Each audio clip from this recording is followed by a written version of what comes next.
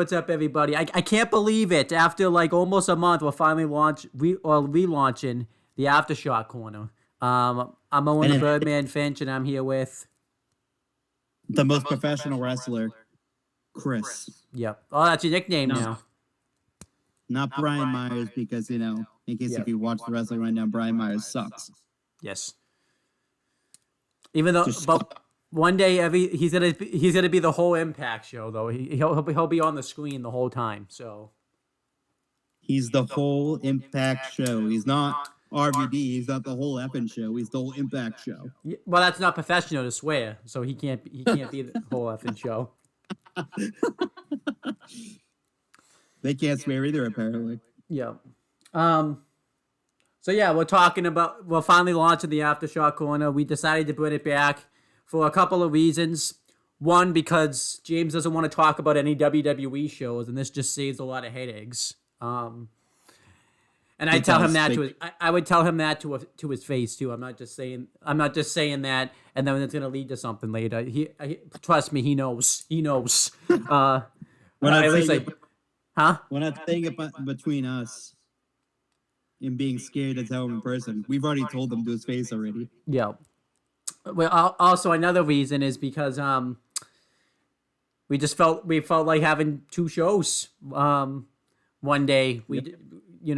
That's basically it. Like one day we still watch main roster WWE and he doesn't. Yeah. And also like it makes the rundown, it's supposed to make the rundown shorter, but it hasn't really worked out that way because the last rundown was like almost 2.5 hours long. But hey, you know what? It beats because you weren't a part of that. There was rundowns like towards the end of 2019, maybe beginning of 2020, pre-pandemic, that were getting to be like 6 hours, like not edited. So, yeah, we've had some that the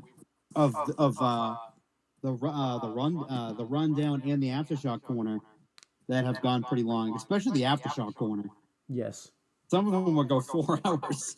Yeah, so I think one time was like 5 hours. Yep. Because we just like do shtick in the middle of it, where Steven steals James' shoe for like 30 minutes. Yep. So this solves all those problems. This main roster WWE is. There's gonna be other topics in here too. Like we're gonna have a topic every week where somebody will bring to the table, whoever's turn it is. We'll give an unpopular wrestling opinion and we'll talk about it. Since like we were very inactive in 2020, we're gonna bring a topic that we didn't cover in 2020, which is basically all of wrestling, and bring it here. And we're gonna ask a big question at the end of the show, except for this week because the topic of 2020 is kind of a sad topic. So that has to be the end of the show, but it will typically be the end of the show, unless the topic in 2020 is a sad topic, because there'll probably be another one at some point, because 2020 was a sad year of not just in wrestling but in life. 2020 was a very tough year in general. Yep. But yeah, so want to start off. So we're not just talking about main roster; we're also talking about NXT because it's WWE. James ain't watching it, so exactly. It's not just. The only thing we won't really be talking about too much is NXT UK because I have to like do like some binge watching of that, and Yeah. When they first brought it back, I watched maybe the first 4 or 5 episodes, and I haven't watched it since then. Yeah. That was like 2 months ago. I hear there's no crowds, so that kind of makes me not want to watch nothing. Yeah. So it's in the BT Sports Center, and I think London, England. Yeah. So it's just like it's kind of like what Impact does. Yeah. In a lot of ways, it's like a closed set, and there's no fans. Yeah. But yeah, so that's big. And guess what though? The great news is you don't even have to sit here through the whole video. You could just click on the chapters below, and it would take you to the topic that we're talking about. So if you don't even want to sit through our asses for an hour and a half, then you could just. You don't have to. Yeah, you don't have. You could literally just watch this and then just go in the end of the video. I don't know how much enjoyment you're gonna get out of the video, but that's. It cut your watch time down. Yep. So yeah, let's blabber on about nothing. Yep. So let's talk about some WWE shows. Pause. All right, so let's talk about what's been going on in WWE lately. We're just gonna start from the Rumble. I know there's stuff that we like that we could probably talk about pre-Rumble, but maybe like as we're reviewing the Rumble, we'll talk about how they got there and stuff. Yeah, it would just be way too long. Yes, we don't need to talk about every single thing that happened. So I didn't take notes because this time I didn't forget. I had to connect my laptop to the TV so I could watch it, and then my phone like was on like 1%, so I couldn't take any. And it's not as easy to take notes on Google Docs with my phone as it is with my laptop. Yeah. So I was just not dealing with that. So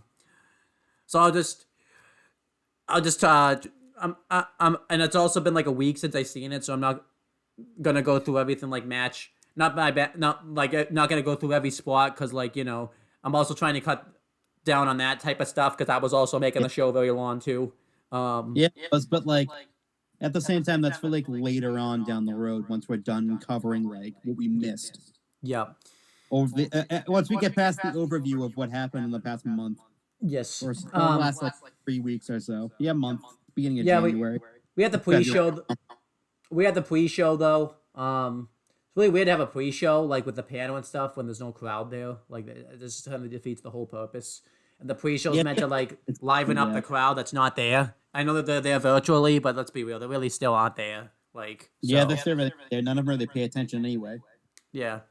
I mean, a notable thing that happened on the panel is that this was Jerry the King Lawler's like first appearance on a WWE show since his contract expired, so that was pretty important. I like how everyone thought he was going to AEW after his contract expired. Nope, I didn't think that for a second. Well, he's also been with WWE since like 1993. Yeah, minus the little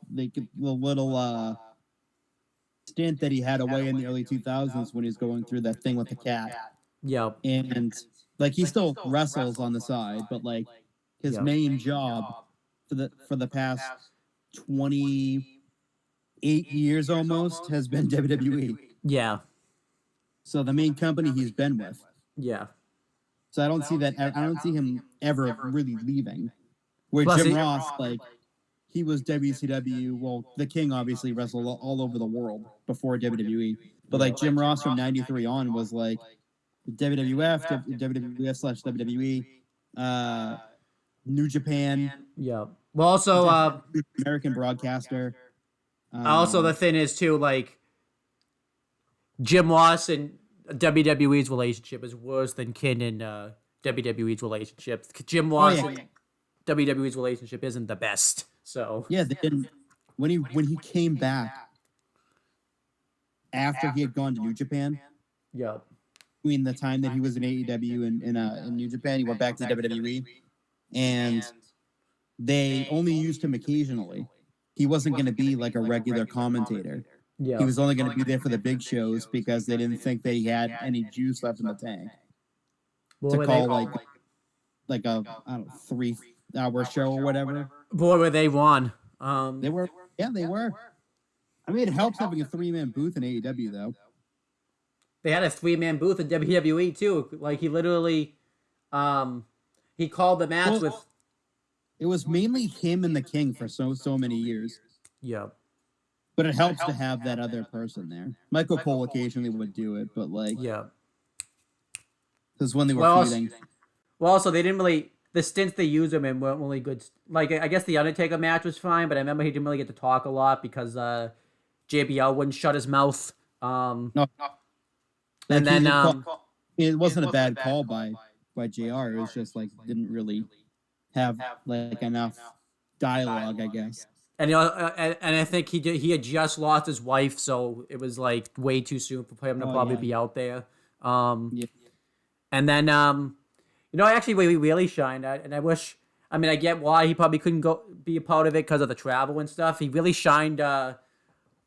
Doing like when he would call like the NXT UK matches, like when he did the special, and then when he called the match between Dunn and Bate, I thought he really shined there.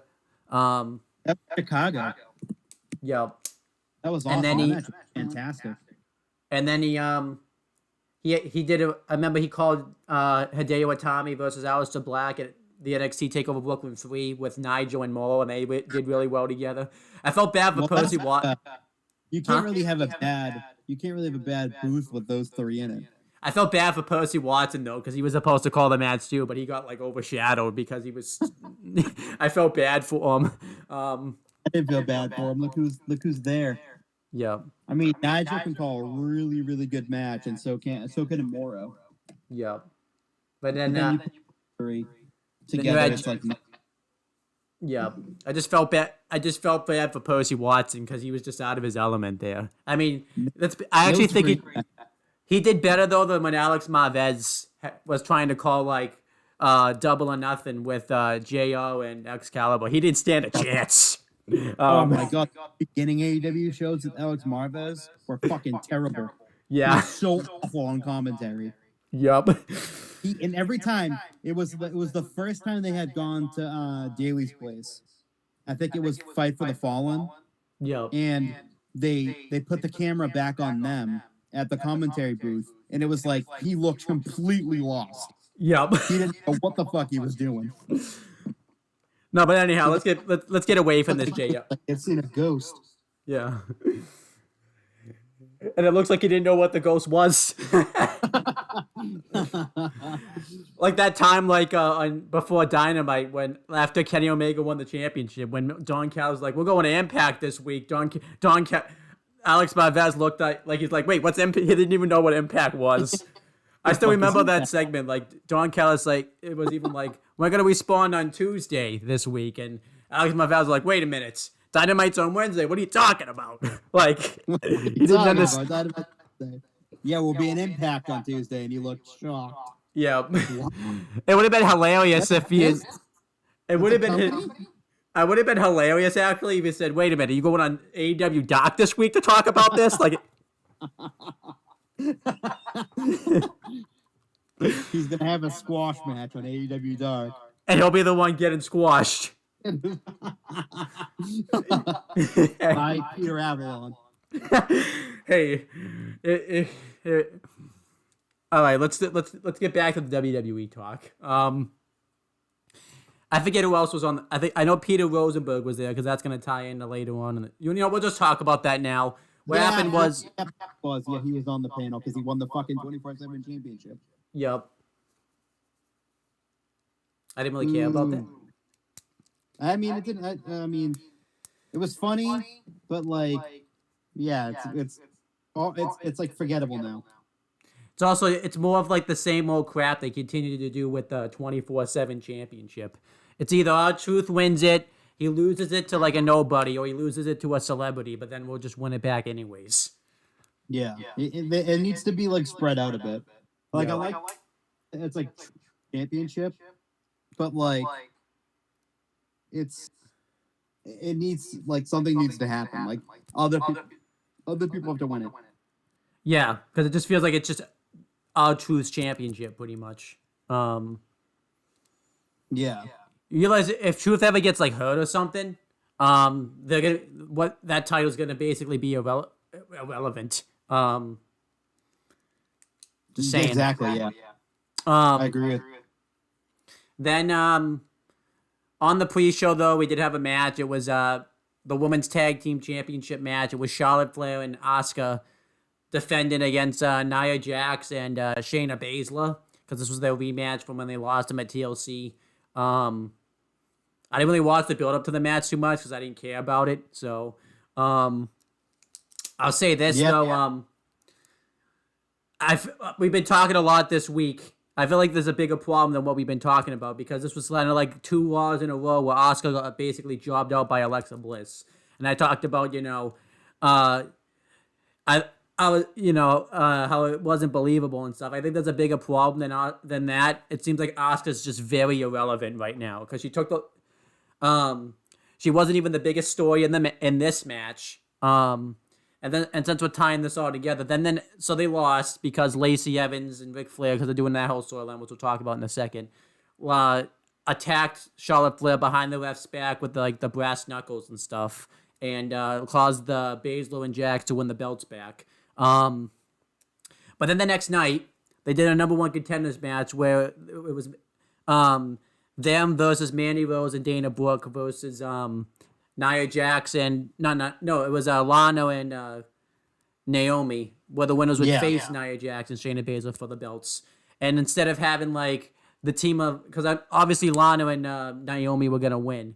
Instead of having like the team of Dana Brooke and Mandy Rose take the fall, because that's what should have happened. They had Asuka take the fall, who's the Raw Women's Champion, and then this week Asuka was like barely on the show, and literally like the opponent she has for the Raw Women's Championship at Elimination Chamber, the feud's not even about Asuka, it's about Charlotte Flair. So it's like Asuka just, I feel like the bigger problem is not Asuka getting jobbed out by Alexa Bliss, is that they're basically making Asuka as irrelevant as possible, and she's the freaking Raw Women's Champion. Yeah. It's crazy. Like, she's the Raw Women's Champion. She's hardly the focus. Yeah. They're pushing Lacey Evans and Charlotte more than Asuka. Yep. And that match absolutely fucking sucked. I we'll never talk want to about see that. But like, this doesn't make any sense. Your Raw Women's Champion was on the show for 2 minutes, maybe a grand total on the 3-hour show, maybe at that, a minute and a half. Yeah, 2 minutes. Just to like, maybe set up a potential match against Bianca Belair at WrestleMania. Maybe not. Which probably isn't gonna. The way that's going right now, it's literally the title is she's gonna lose it to Lacey Evans, and then Charlotte's gonna beat her, and then we're gonna have fucking Lacey Evans versus Bianca Belair at WrestleMania. Yep. And then Bianca Belair is gonna lose to Charlotte Flair. Yep. Dude, it's just Charlotte and Lacey gonna team up. If I fucking called that, call me a fucking Nostradamus. Call me a fucking fortune teller. It's literally the way Asuka's being used is literally the worst. Or they go to WrestleMania, and supposedly her friend is now randomly Asuka, and she's gonna turn on her. Yep.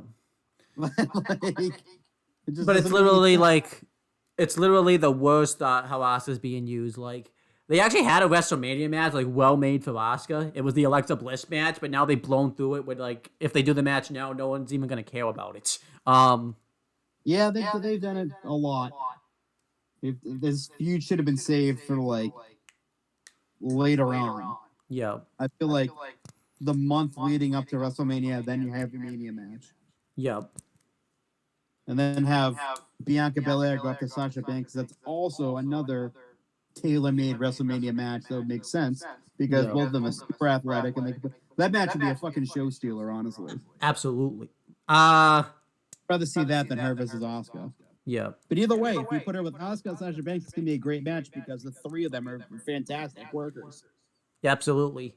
But yeah, this match was pretty good up until the finish. They were actually doing some nice stuff in this match, minus Nia Jax. I feel like the worst part about this was, like, it wasn't just like that they interfered and then they lost, though. Like, I think Flair came out, it looked like there was going to be an interference, and then Charlotte still fought. Like, it took, like, I think they had to interfere 3 times before Shayna Baszler and Nia Jax finally were able to get the win. It wasn't like they interfered once. Like, I feel like because it was... make Charlotte look strong in the end.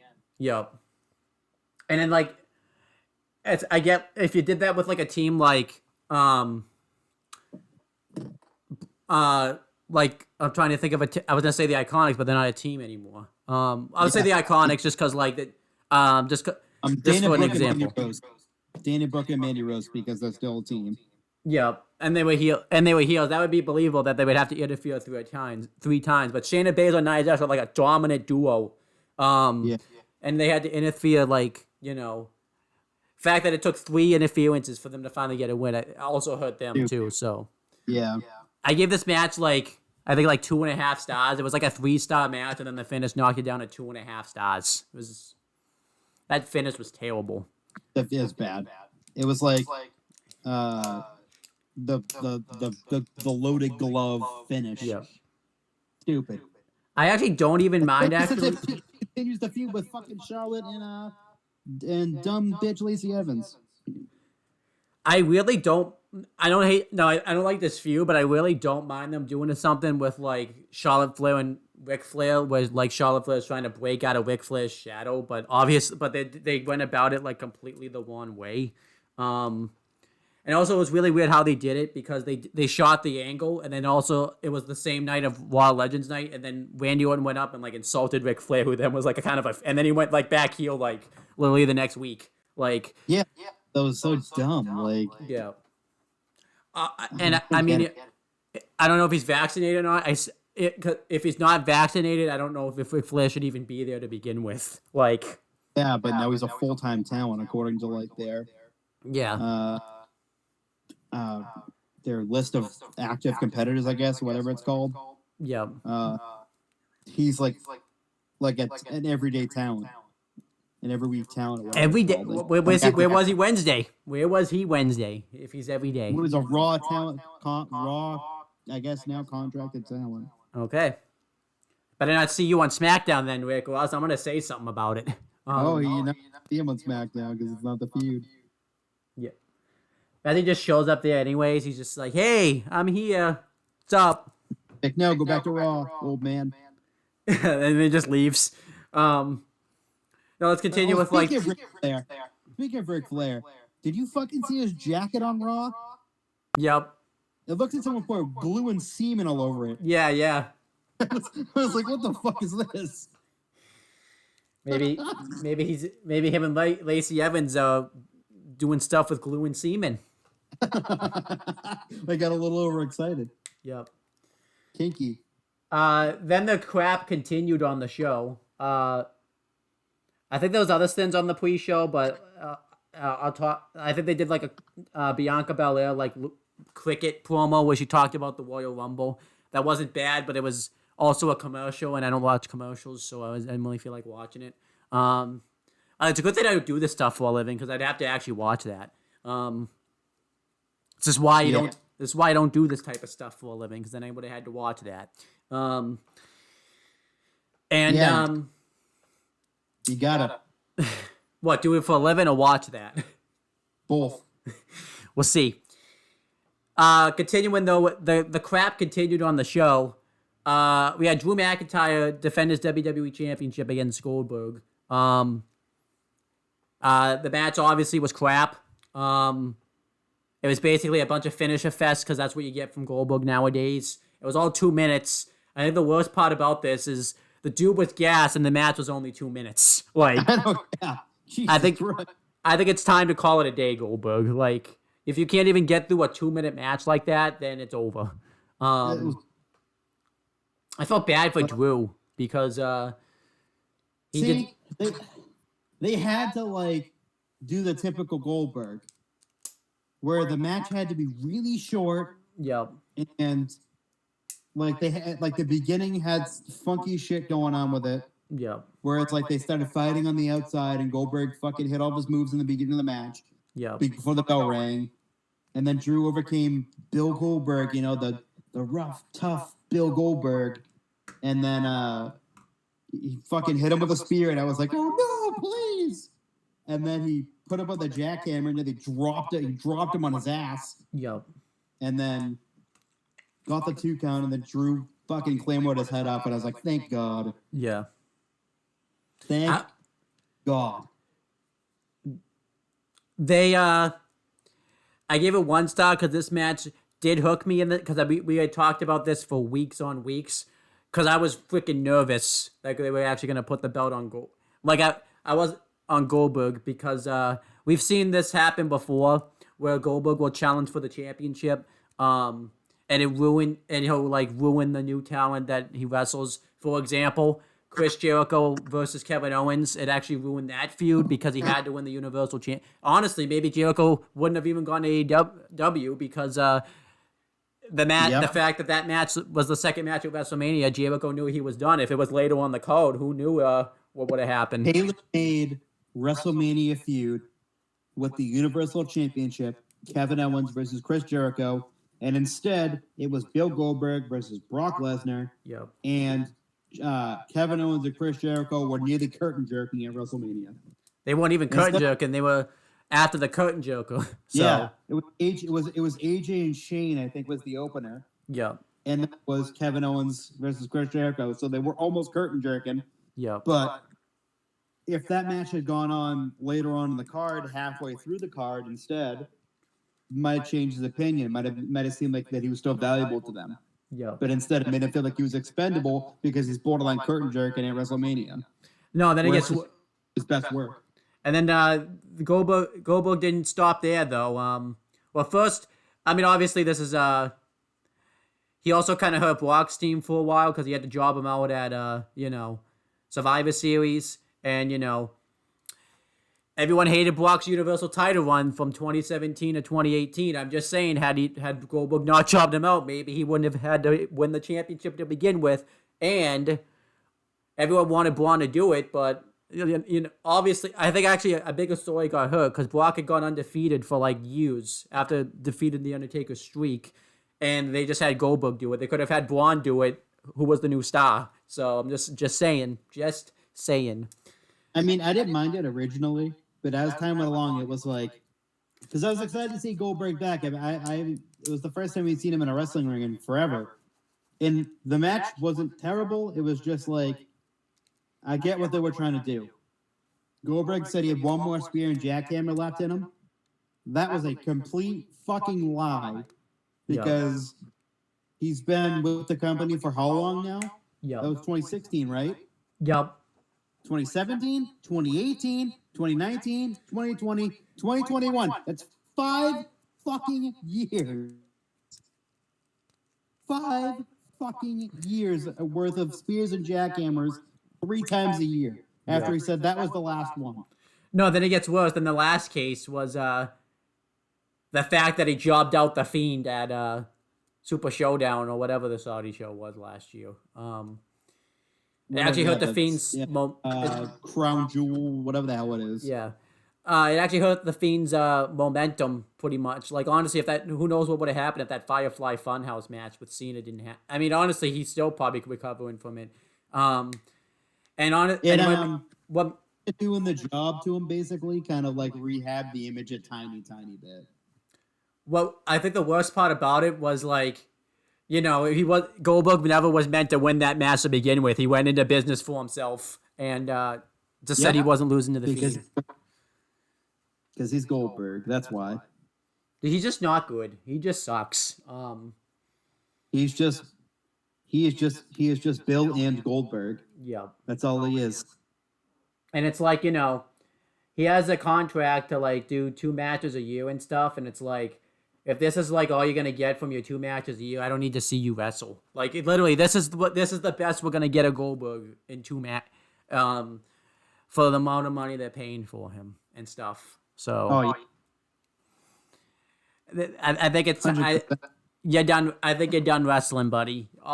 That's it. He was done wrestling 3 years ago. Yep. I gave it like 1 star. I gave it like 1 star. It was a pretty crappy match. Yes. It was. I give it like a half a star. And I give it 1 full star because Drew McIntyre actually won the fucking match. That's why I'm giving it 1 star. Yeah. Then we had Carmella going for the SmackDown Women's Championship against Sasha Banks. I keep saying it every time I see him. Reginald should be a full-time wrestler. I don't know why he's not. Because he had a match with Sasha Banks, and weirdly enough, he was like the highlight of that match. He is like, honestly, they should put him in like a ladder match. He would thrive in a ladder match. I think he rules. I mean, obviously, he's not the best on the mic. But if he is, but if he can do, he can just literally wrestle and do the flippy stuff.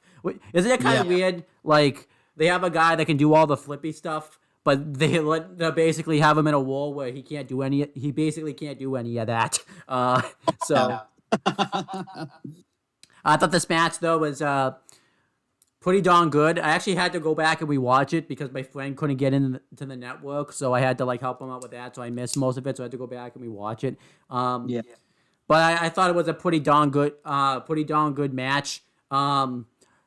Sasha Banks won, which obviously should have happened because there's no reason to take the title off of her and put the title on Carmella. Reggie got ejected, which could make an argument led to the match, but I like how they did innovative stuff, like had Carmella tie Sasha's hair up into the ropes. I think she threw into she actually hit a dive in this match, actually, Carmella, which kind of surprised the hell out of me. Yeah, let's not have her do that again. Yeah. She broke herself in half. And then you could tell Sasha was concerned. Yes. Because she asked her if she was okay, immediately right after. Yes. But yeah, this was a pretty darn good match. I give it 3 3.25. Nothing wrong with that. I give it 3.5. It was a good match. There's just chemistry there. Yes. But I think at the same time, move away. Yes. We've seen it far too much over the past month and a half, or month plus. I'm just done with it now. Yeah, it's over. It's just move on. And then we had the Women's Royal Rumble. I will read the entrance of who was in it, and then we'll talk about it. I'm not gonna read who's on each brand. You can go look that up on Wikipedia or on WWE.com. Go down the line of who was in. Yeah. So this is from number 1 to 30. You have Bayley, Naomi, Bianca Belair, Billie Kay, Shotzi Blackheart, Shayna Baszler, Toni Storm, Jillian Hall, Ruby Riott, Victoria, Peyton Royce, Santana Garrett, Liv Morgan, Rhea Ripley, Charlotte Flair, Dana Brooke, Tori Wilson, Lacey Evans, Mickie James, Nikki Cross, Alicia Fox, Mandy Rose, Dakota Kai, Carmella, Tamina, Lana, Alexa Bliss, Ember Moon, Nia Jax, and Natalya, which, like I said, which was ruined because, number 30 anyways, because we already knew that because she earned the spot on backstage of all things in a wrestling match that I didn't watch. There's a bit, I don't have an issue with it that time, because it's the Women's Royal Rumble. I don't know who really they could have brought back at number 30. The only one that they could really bring back at number 30 where we really would have popped for was probably Becky Lynch. Yeah. So I think that's fine. There's a bigger rant about that later in the show.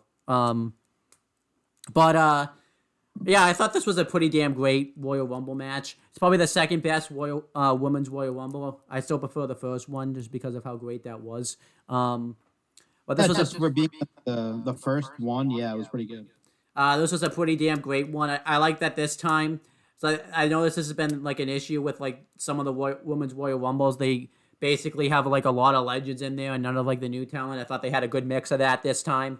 Oh yeah, definitely. Billie Kay's performance in the match was entertaining, where she kept trying to form an alliance with people. That was the best part of it. Yeah, and I love Billie Kay trying to go up to Shotzi Blackheart, and she just shot the tank at the resume. That was awesome. She shot the tank at her. That was hilarious. Hey, she made out better than Austin Theory did a few weeks ago, though. So, But yeah, she eventually she was in alliance with 3 people in this match. She formed an alliance with Jillian Hall because she finally accepted. She was with the Wyatt Squad, and then she reformed the Iconics with Peyton Royce. She was in she had 3 alliances in this match. She had her the best hits of Billie Kay. It was her current team with the Riot Squad, the former team at the Iconics, and the one-time team with Jillian Hall. Yes. I even loved at one point, I think she went after Jillian Hall at one point with the Iconics or something, and then she switched back over with Jillian Hall or something like that. I thought that was awesome. She was they were trying to do that. Peyton was trying to make her do the Iconic stunt, and she got mad at her. Yep. And then she got beaten down. That was pretty funny. Yeah, that was great. She was the MVP. She was the MVP of that match. I love the performances of Naomi and Bianca Belair. They actually went at it for a while. Naomi's big Royal Rumble spot was she used like Bianca Belair's ponytail to keep herself in the match, and she never touched the floor because she like lifted her feet up over the ground and stuff, and she used the ponytail to get back in the match. Yeah. That was entertaining. Some people in this match took some nasty falls in this match. Like Victoria took a nasty fall, like when Shayna Baszler threw her out. I think there was other people that took nasty falls in this. I think Alicia Fox took a nasty fall in this match at one point too. They bumped like crazy. Yeah. Shotzi Blackheart looked good. They did some stuff with Liv Morgan's attire, by the way, was horrendous in this match. She was absolutely awful. Yeah. Awful. Terrible. They had Charlotte Flair at one point, like, beat the crap out of Lacey Evans. She threw the ropes and never eliminated her and stuff. She just went back and, like, wrestled the match like normal. It's kind of weird because I was even thinking, like, I don't even remember, like, I guess Lacey got eliminated by Shayna Baszler. It was kind of weird because, like, I didn't really see her elimination. They almost completely fucking missed Bayley. Yep. Ew. That would have been a huge reaction. Because they had to focus on Toy Wilson's elimination, which kind of pissed me off. For no fucking reason. Yep. Yeah, Bayley's not as important. Yep. I didn't really make it much of a reaction when Toy Wilson showed up because it's at the point where we've seen Toy Wilson too much now, where it doesn't really get a pop. Like Jillian Hall at pop, because we hadn't seen her in a long ass time. I can't even remember the last time that Jillian Hall was in a fucking WWE ring. Yeah. Victoria, too, actually. Victoria, too, yeah. It had been at least, like, 4 or 5 years. So, Mickie James, is she a legend now, then? Like, is she not really... Yeah, she got switched over. That kind of sucks. Like, so I was actually I didn't watch that match. I skipped it, but the match where, like, and I make it seem it was like a month ago that I actually finally saw it. It wasn't like I saw it recently. Well, like she had like a comeback match. I only really heard about it, and they didn't even focus on it at all and stuff. Like it was like they didn't. Then she got submitted. Yeah. Or they stopped the match for some reason. Yeah. So it's weird. Yeah, I guess she switched over now. I thought she could have had like a good final run, and they kind of wasted that opportunity. So and then they stopped doing it. Yeah, they couldn't have said, "Hey, we messed up. Like, we'll have a rematch on the next Raw." They didn't. They just fucking went, "Well, too bad. Sorry, legend now, not wrestling anymore." It had been 10 years for Jillian Hall. Okay. Alicia Fox, when she came out at one point, she won the 24/7 championship from R-Truth because he went out with all the 24/7 I think it sucks that Gulak's in that mix now. He's way better than that. He's way better than chasing around a 24/7 championship. Mid card, higher top tier mid card. That tag team he had with Daniel Bryan before he got released was awesome. Yeah, made sense. Yeah, I don't know why they don't. Bryan himself is not pushing for that tag team to like reunite. He'd be a great fit because isn't Bryan kind of aligned with? I mean, I think it was just a Royal Rumble thing. Isn't he kind of aligned with Chad Gable and Otis and stuff like that? Like like that. The 4 of them in a stable would make sense. Isn't that kind of what Bryan wanted minus Otis? I think he wanted isn't that what he was pitching for last year? Like right before the pandemic was for him, Gable and Gulak to be like a stable. I think it was him, Gable, and Gulak. Yeah, it was. It was. And then, like, if you wanted to do that, that's fine. Like, if you want to keep Otis in it, put them all 4 together, have them be like this, babyface stable, I guess, or heel stable, whatever the hell you want to do with it. But Alicia Fox won the 24/7 title from Truth, and when she got eliminated, Truth just won it right back. And then obviously they did the stuff later that we talked about with Peter Rosenberg. And then I think the last 4 were like Charlotte Flair. I forget who the 4th one was, but it was the last 3 was Charlotte Flair, Bianca Belair, and Rhea Ripley. which I thought was pretty darn cool because of all the history that they had last year when Charlotte Flair won it, challenged Rhea Ripley, and then Bianca Belair was kind of in the mix when they were doing like the takeover match and stuff last year. So I thought that kind of made that go full circle, and I love how they both like eliminated Charlotte Flair from the match. I wonder if this was at like a 6-month story. I don't know if you know about this because you might. I don't know if you listen to the media calls. When Charlotte Flair didn't take the pin when she lost the title, Triple H was like, "Oh, this is gonna be like a month storyline, or whatever. That's gonna make more sense later." I don't think we ever really saw it because I think, well, in all fairness, Charlotte Flair did get hurt, but let's be real, I don't think that was really a month storyline. I think that was not her titty popped. Yeah. So then it was down to Bianca Belair and what's up? And then she came back with smaller boobs. Yep. Then it was down to Bianca Belair and Rhea Ripley, and they really tore the house down. I even love at one point where like they were both struggling to eliminate each other, and they both like went back into the ring.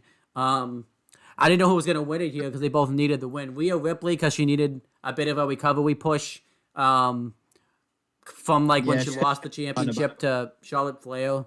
And I thought, because I think Rhea Ripley's time in NXT is pretty much over. There's really nothing left for her to do in NXT. No, there isn't anything. And then Bianca Belair, because she's like a new star, they've been kind of pushing recently. So it really could have gone either way. They went the Bianca Belair route, which I actually have no problem with. I do think it's kind of funny, though. There might be robbery here, though, because technically Bianca Belair's feet at one point did touch the ground before Rhea Ripley's ever did. I think that was a mess up. It was basically the Rock situation from the 2000 Royal Rumble. And I don't think they're going to do anything with that because I think they would have by now. They haven't. Yeah. I feel like they would have done something with it by now, at least. So Bianca Belair won the Women's Royal Rumble. I do think Rhea Ripley can still challenge for like a title when because she could still come in and challenge Asuka or something, or Sasha if she wants. Since she was like the runner-up, because typically how the Royal Rumble works, sometimes the runner-up will still get the title match anyways another way. It happened last year with Shayna Baszler. So so I have actually absolutely no issues with this. I thought it was a pretty damn great Royal Rumble. I love how we had the mix of legends. I like some of the stuff they did in the match, and I love that it came down to like two like new stars pretty much. Two people who haven't really been in the women's title picture. Something different, something fresh. Yeah. So I give it like I give this like 4.5 stars. I thought it was a pretty damn fantastic Royal Rumble match. I thought it was really good. Yeah, it was great. Really, really good. There's no issues with it. Absolutely nothing. Oh, that actually is something I did forget, actually. They did do something with Alexa Bliss in this match. I feel like we're going to differ on this. I actually didn't hate what they did. So Alexa Bliss has been doing this thing on Raw recently where she like transforms gimmicks. And when she was about to do the transformation, Rhea Ripley quickly eliminated her. I don't hate that, actually, because I actually think it kind of shows how much of a threat the transformation is. Plus, I don't think it would have really been believable if you saw Alexa Bliss like running wild on all the women that were in the match because they were all like, pretty big and stuff like that. And I don't know how you could really do a transformation like that, like in the Royal Rumble match. Because typically she only does it in like a one-on-one match. I mean, they didn't really save it either. I don't think they're saving it either. Yeah, because she's done it. I think they want to protect that thing though, I do kind of like that. It's like it shows that it's a threat. Like the second she does transformation, she's gonna be unstoppable. So I like that Rhea Ripley like thought on her feet and eliminated her really quickly. So Good that, yeah. Maybe that would be a WrestleMania match, but that's also a problem because you can't. I feel like that's kind of a 50-50 thing because you couldn't really have Rhea Ripley lose because then you're kind of back to where you were last year. And then you can't really have Alexa Bliss lose because she's doing this whole thing. Unless Randy Orton cost her the match. Yeah. But that I feel like they wouldn't do that. I feel like that'd be like a Raw thing to do, not like a WrestleMania angle thing. So. Yeah. But yeah, what you star rating for the Women's Royal Rumble match? 4.5. 4.5. Look at this. I was gonna say, look at you using your halves. Usually don't do that. I know, right? Um, I'm a happy boy. Then we had the Universal Championship last man standing match with Roman Reigns and Kevin Owens, where Roman Reigns was defending his title.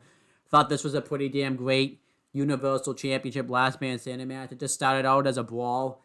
Eventually, they fought up like on the Thunderdome like set where like all the fans come in virtually and stuff. And they redid the spot again where Roman Reigns threw Kevin Owens off the thing. I thought he was gonna lose. I like that he didn't this time because that would have been kind of a crappy finish. I mean, it probably would have been better than the finish that they did, but I would have kind of sucked because I think the match wasn't really going that long, and it would have kind of sucked that he lost the same way. And then like Owens like stumbled backstage and got hit with a golf cart by Roman Reigns, which was pretty damn great. That was fucking got destroyed. And then afterwards, Kevin Owens got up from that. He attacked Roman Reigns. He powerbombed him. So they were like they were backstage, but like I think this is where they do the interviews because they had like a wrestling ring in there, and they had like the announcers table and stuff. That's where they do them.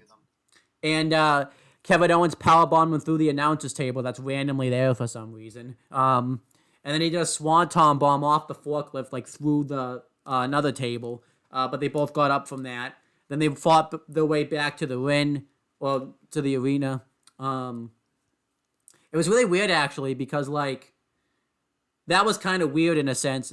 I didn't really mind this stuff, like, earlier, but, like, they weren't really around each other. Like, you saw Kevin Owens come out of gorilla position, and then you didn't see Roman Reigns for, like, 2 minutes or something like that. Like, he was just gone. Yeah. Like, they had continued to attack each other, though. Kevin Owens Reigns tried to pull up the handcuffs again, because that's kind of cost Kevin Owens in the past for the championship. And then this is the finish.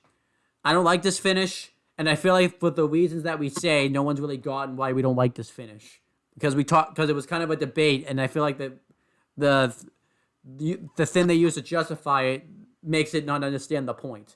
So at one point. This is like towards the finish. Kevin Owens handcuffs Reigns to like this support beam that's connecting the Titantron and the floor. And Reigns can't get up to his feet. So Roman Reigns, is gonna lose the match. And then he throws the referee like into like the screen or whatever. Actually, there was one point where Reigns speared Owens through the screen, which was cool, by the way. So then the spear through the spear through it. The screen was awesome, and then Kevin at like 9 got like rolled off the side of the stage to stand back up on his feet. I thought that was very unique. And then that kind of led to the handcuff spot. So Reigns is handcuffed to this thing. There's no way he's getting out of it, and he low blows Kevin Owens. Now here's what I think was supposed to happen. Clearly, Heyman was supposed to come out and unlock Roman Reigns, and he was supposed to do the chokehold, and Reigns and Owens was supposed to be out, which that would have been a fine finish. Yep. But the problem was, it took, and people when we rant about the finish, people say it protects, it adds to the chokehold and stuff. This is one thing people are overlooking. There's no problem with that finish. However, in execution, it was terrible because it took Heyman forever to unhook Roman Reigns from the from the handcuffs. It took him literally, I think, 2 minutes for him to unhandcuff him.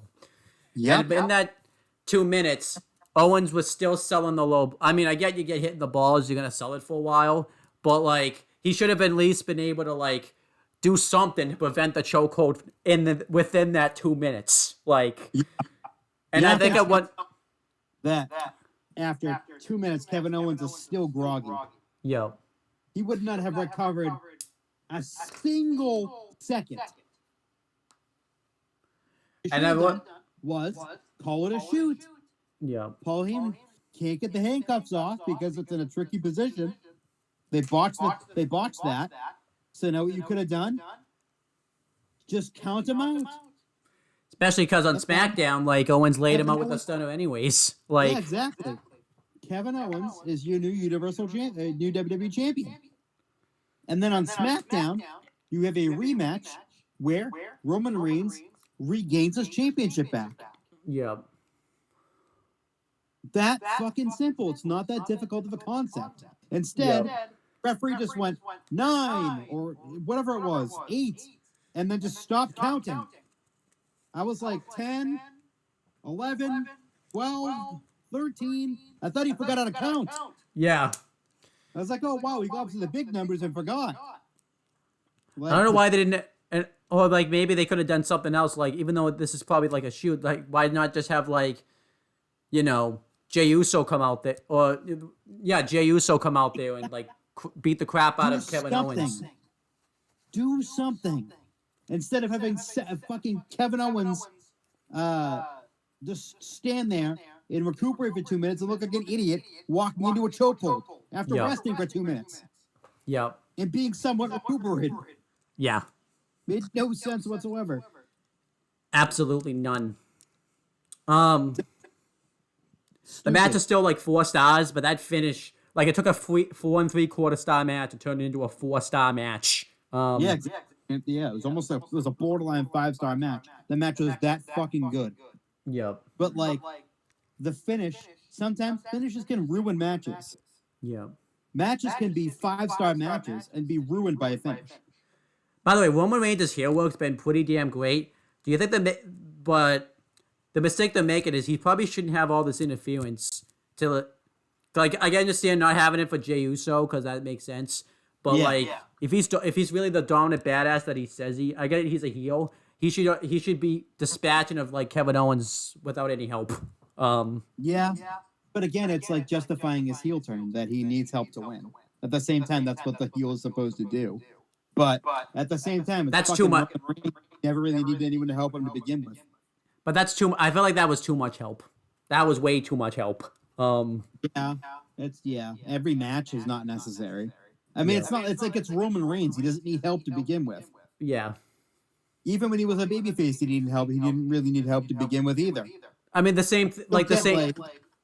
It just was too much interference at the beginning of the feud, and I like how they didn't have any interference in this match at all. It was just falling in with the handcuffs. I like that. The handcuff key, I like that. Like Brock Lesnar doesn't need any interference to beat anybody. He does. Brock Lesnar. Like Roman Reigns doesn't need it either, but I get it because they're trying to build him up as the head of the table, and like he's the head of the table, and everyone else falls underneath him. And I get that. Not you. You don't fall. You stay sitting down. And you. Nope, I don't. I mean, if he wants me to fucking kiss his feet, I'll kiss his feet. All right, let's continue with the show. The last match was the men's Royal Rumble match. I'll do the same thing. Before the match, though, I think the only thing they did like hype wise to like talk about it was they did like a backstage segment with the New Day where they kind of reformed. It was really weird. Kofi couldn't be in the match because like they say he was hurt, but I don't think I feel like they just kept him out of the match. Like I heard he had a jaw injury. But he literally did something physical the next night on Raw. There's no way he totally could have been in this match if they really wanted him to be. I thought that like we didn't get a Kofi spot last year. Why couldn't we? Then they kept us from it this year. Like literally they couldn't have taken out like, let's see, The Miz because there was no reason for The Miz to be in this match. There was absolutely no reason for The Miz to be in that match. You know why they did it too? Because they wanted to have Mustafa Ali say, but literally, why did they have to have that? Like couldn't he have like come out like? They needed the Bad Bunny spot.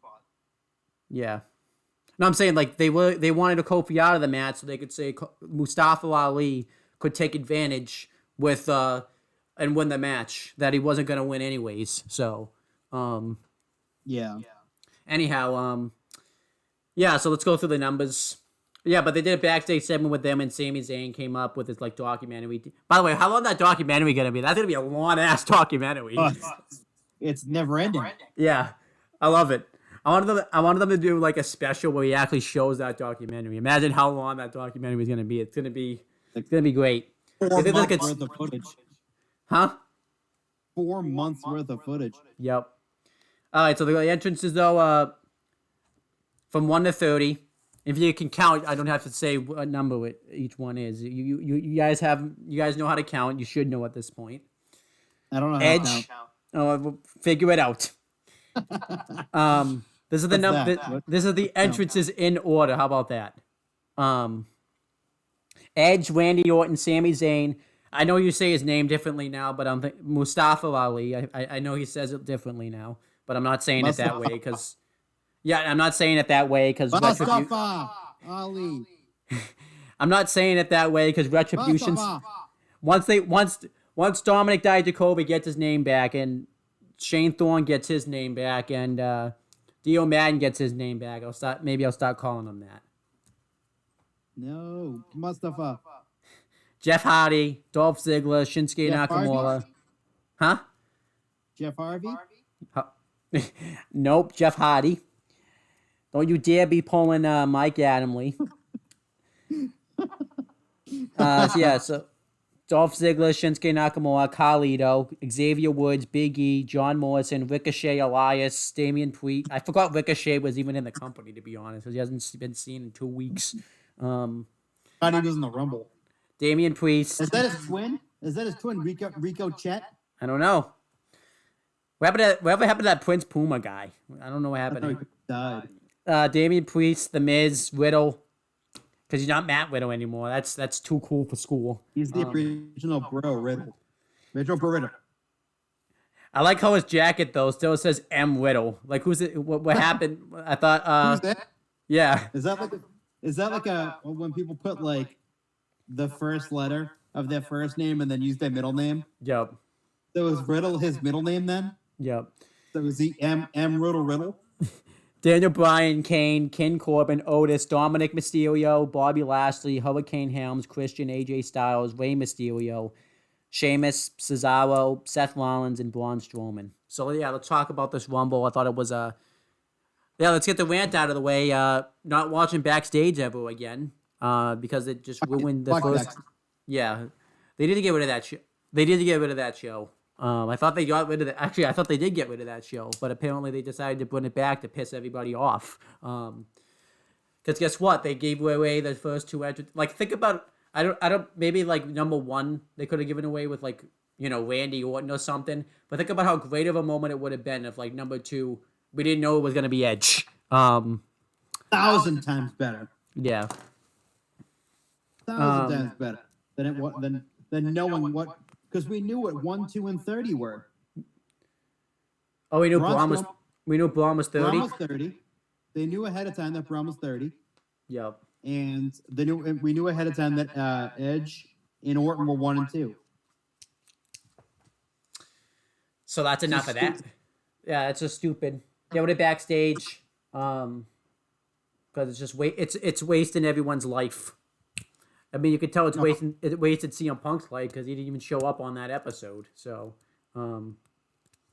he had better things to do with his time.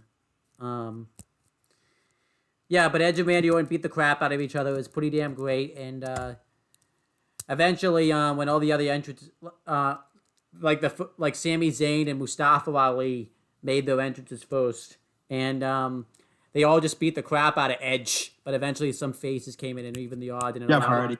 Yeah, and allowed it. Randy Orton laid out everyone with an RKO. Eventually, he just decided just because to lay out Sami Zayn, which I thought was hilarious.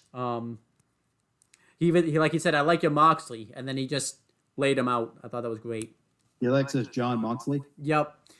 And then Edge took out Randy Orton with a chair, so Randy Orton was out of the match, but not eliminated for basically the rest of it. And then the match continued.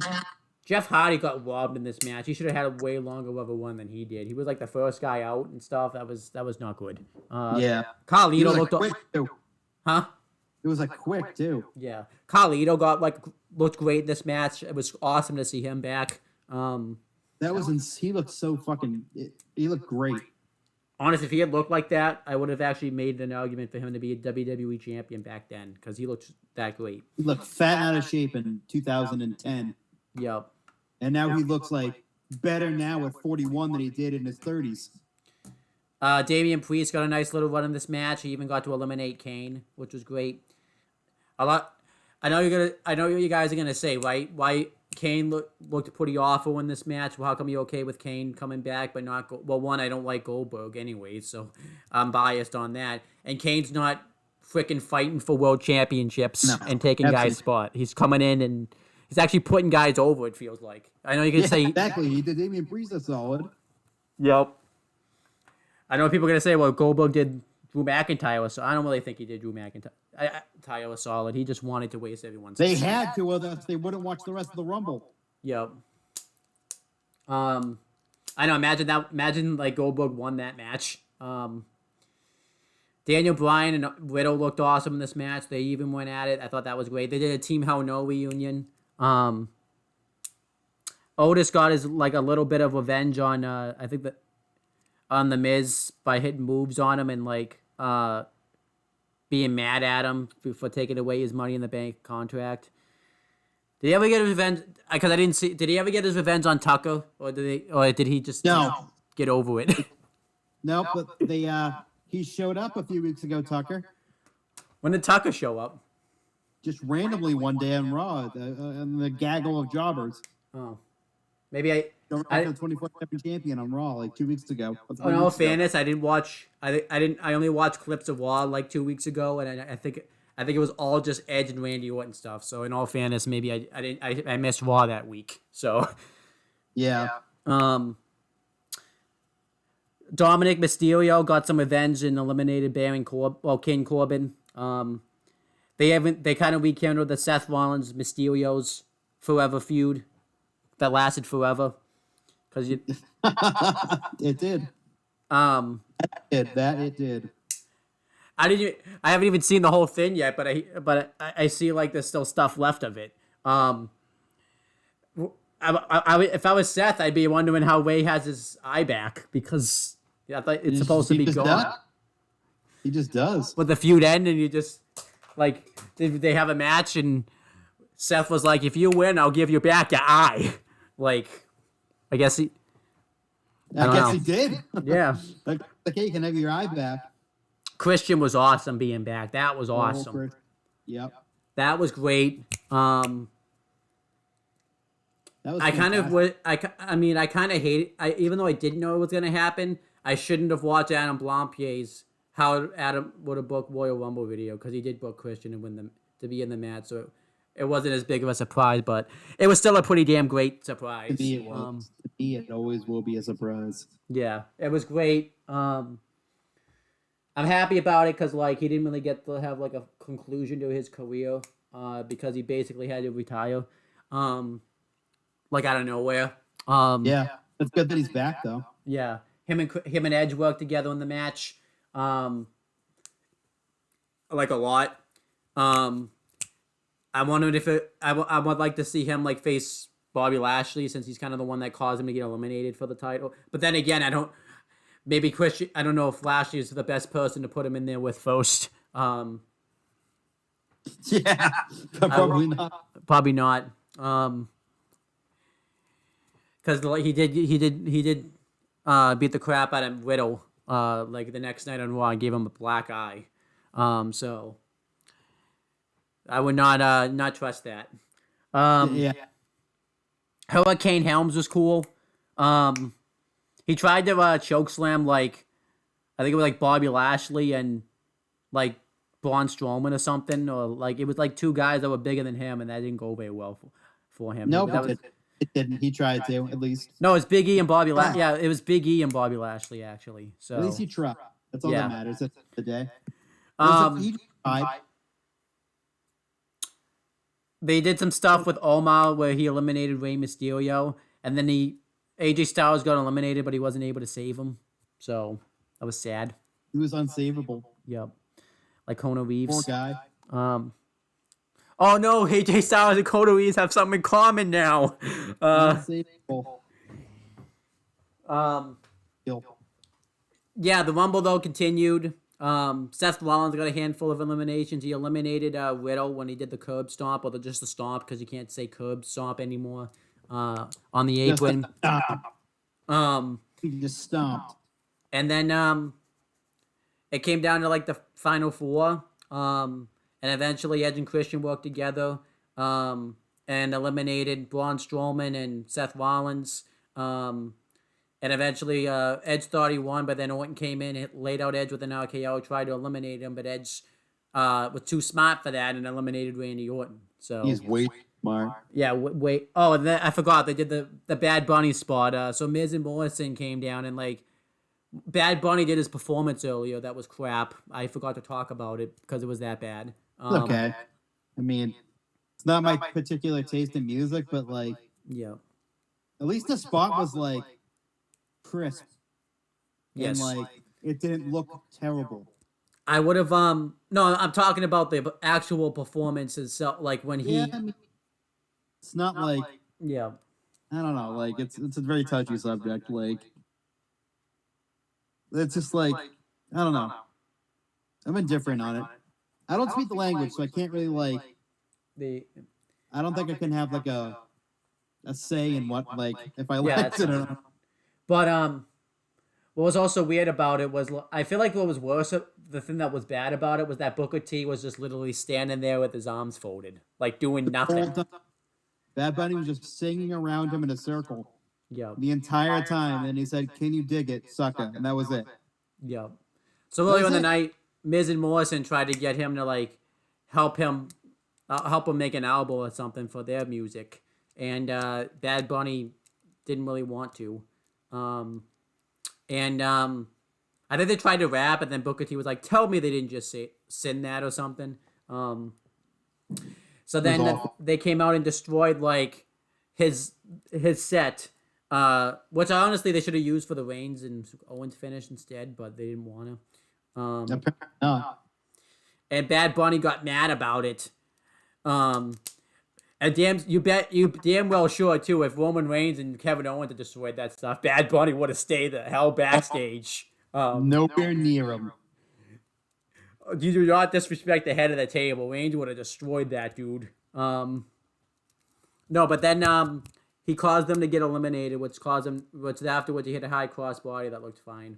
And then then the match continuing with the match. Edge won. I have no issues with Edge winning the Royal Rumble. A lot of people are like mad about it, saying they went with the old established guy, the typical stuff you would hear wrestling like in the internet, the IWC talk about. I talk about it like this.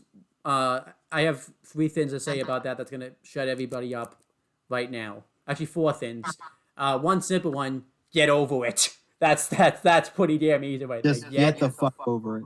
No, but there's other things though. Like if you want more to that, but yeah, just get over it. Go watch AEW Dark have 2 hours of squash matches every week, and that will shut you up. That will shut you the hell up. First, I look at it like this: the past, I think since 2017, since 2018. If you look at it, the men's Royal Rumble winners has largely been a new, at least someone that hasn't been an old established person. We had Shinsuke Nakamura in 2018. We had Seth Rollins in 2019, and we had Drew McIntyre last year. And Drew McIntyre has made out pretty well since then, except Goldberg because he won't get out of his life. Can Goldberg just get out of people's lives? By the way, can he just get out of people's lives? No, but that's my point. That's my point. Just ignore the Goldberg stuff. I just get mad when I talk about him. So that's one point. Like we've had the new established stars. So that's actually there's more points I have to say. And then another one, it fits the story because Edge never lost his world championship. And it fits the story perfectly. Also, everyone that's ranted about this, it actually brings me to points like 3 and 4. No one had a problem with Chris Jericho was the first AEW World Champion. Everyone had no problems with that. Nope. Nobody had a problem. No one has a problem with Sting being in AEW and wrestling a match right now. No, I don't see anyone really complaining about that. What else? Yeah, exactly. Nobody. I didn't have a problem with it, but like no one had a problem with that. But everyone has a problem with Edge winning now. I don't see it. Yeah. No. Nobody had a problem when. Yeah, that's it. I think that those are the only like 2 points. Nobody has I got this. Nobody had a problem with PCO winning the ROH World Championship. Nobody had a problem with that. Guess no.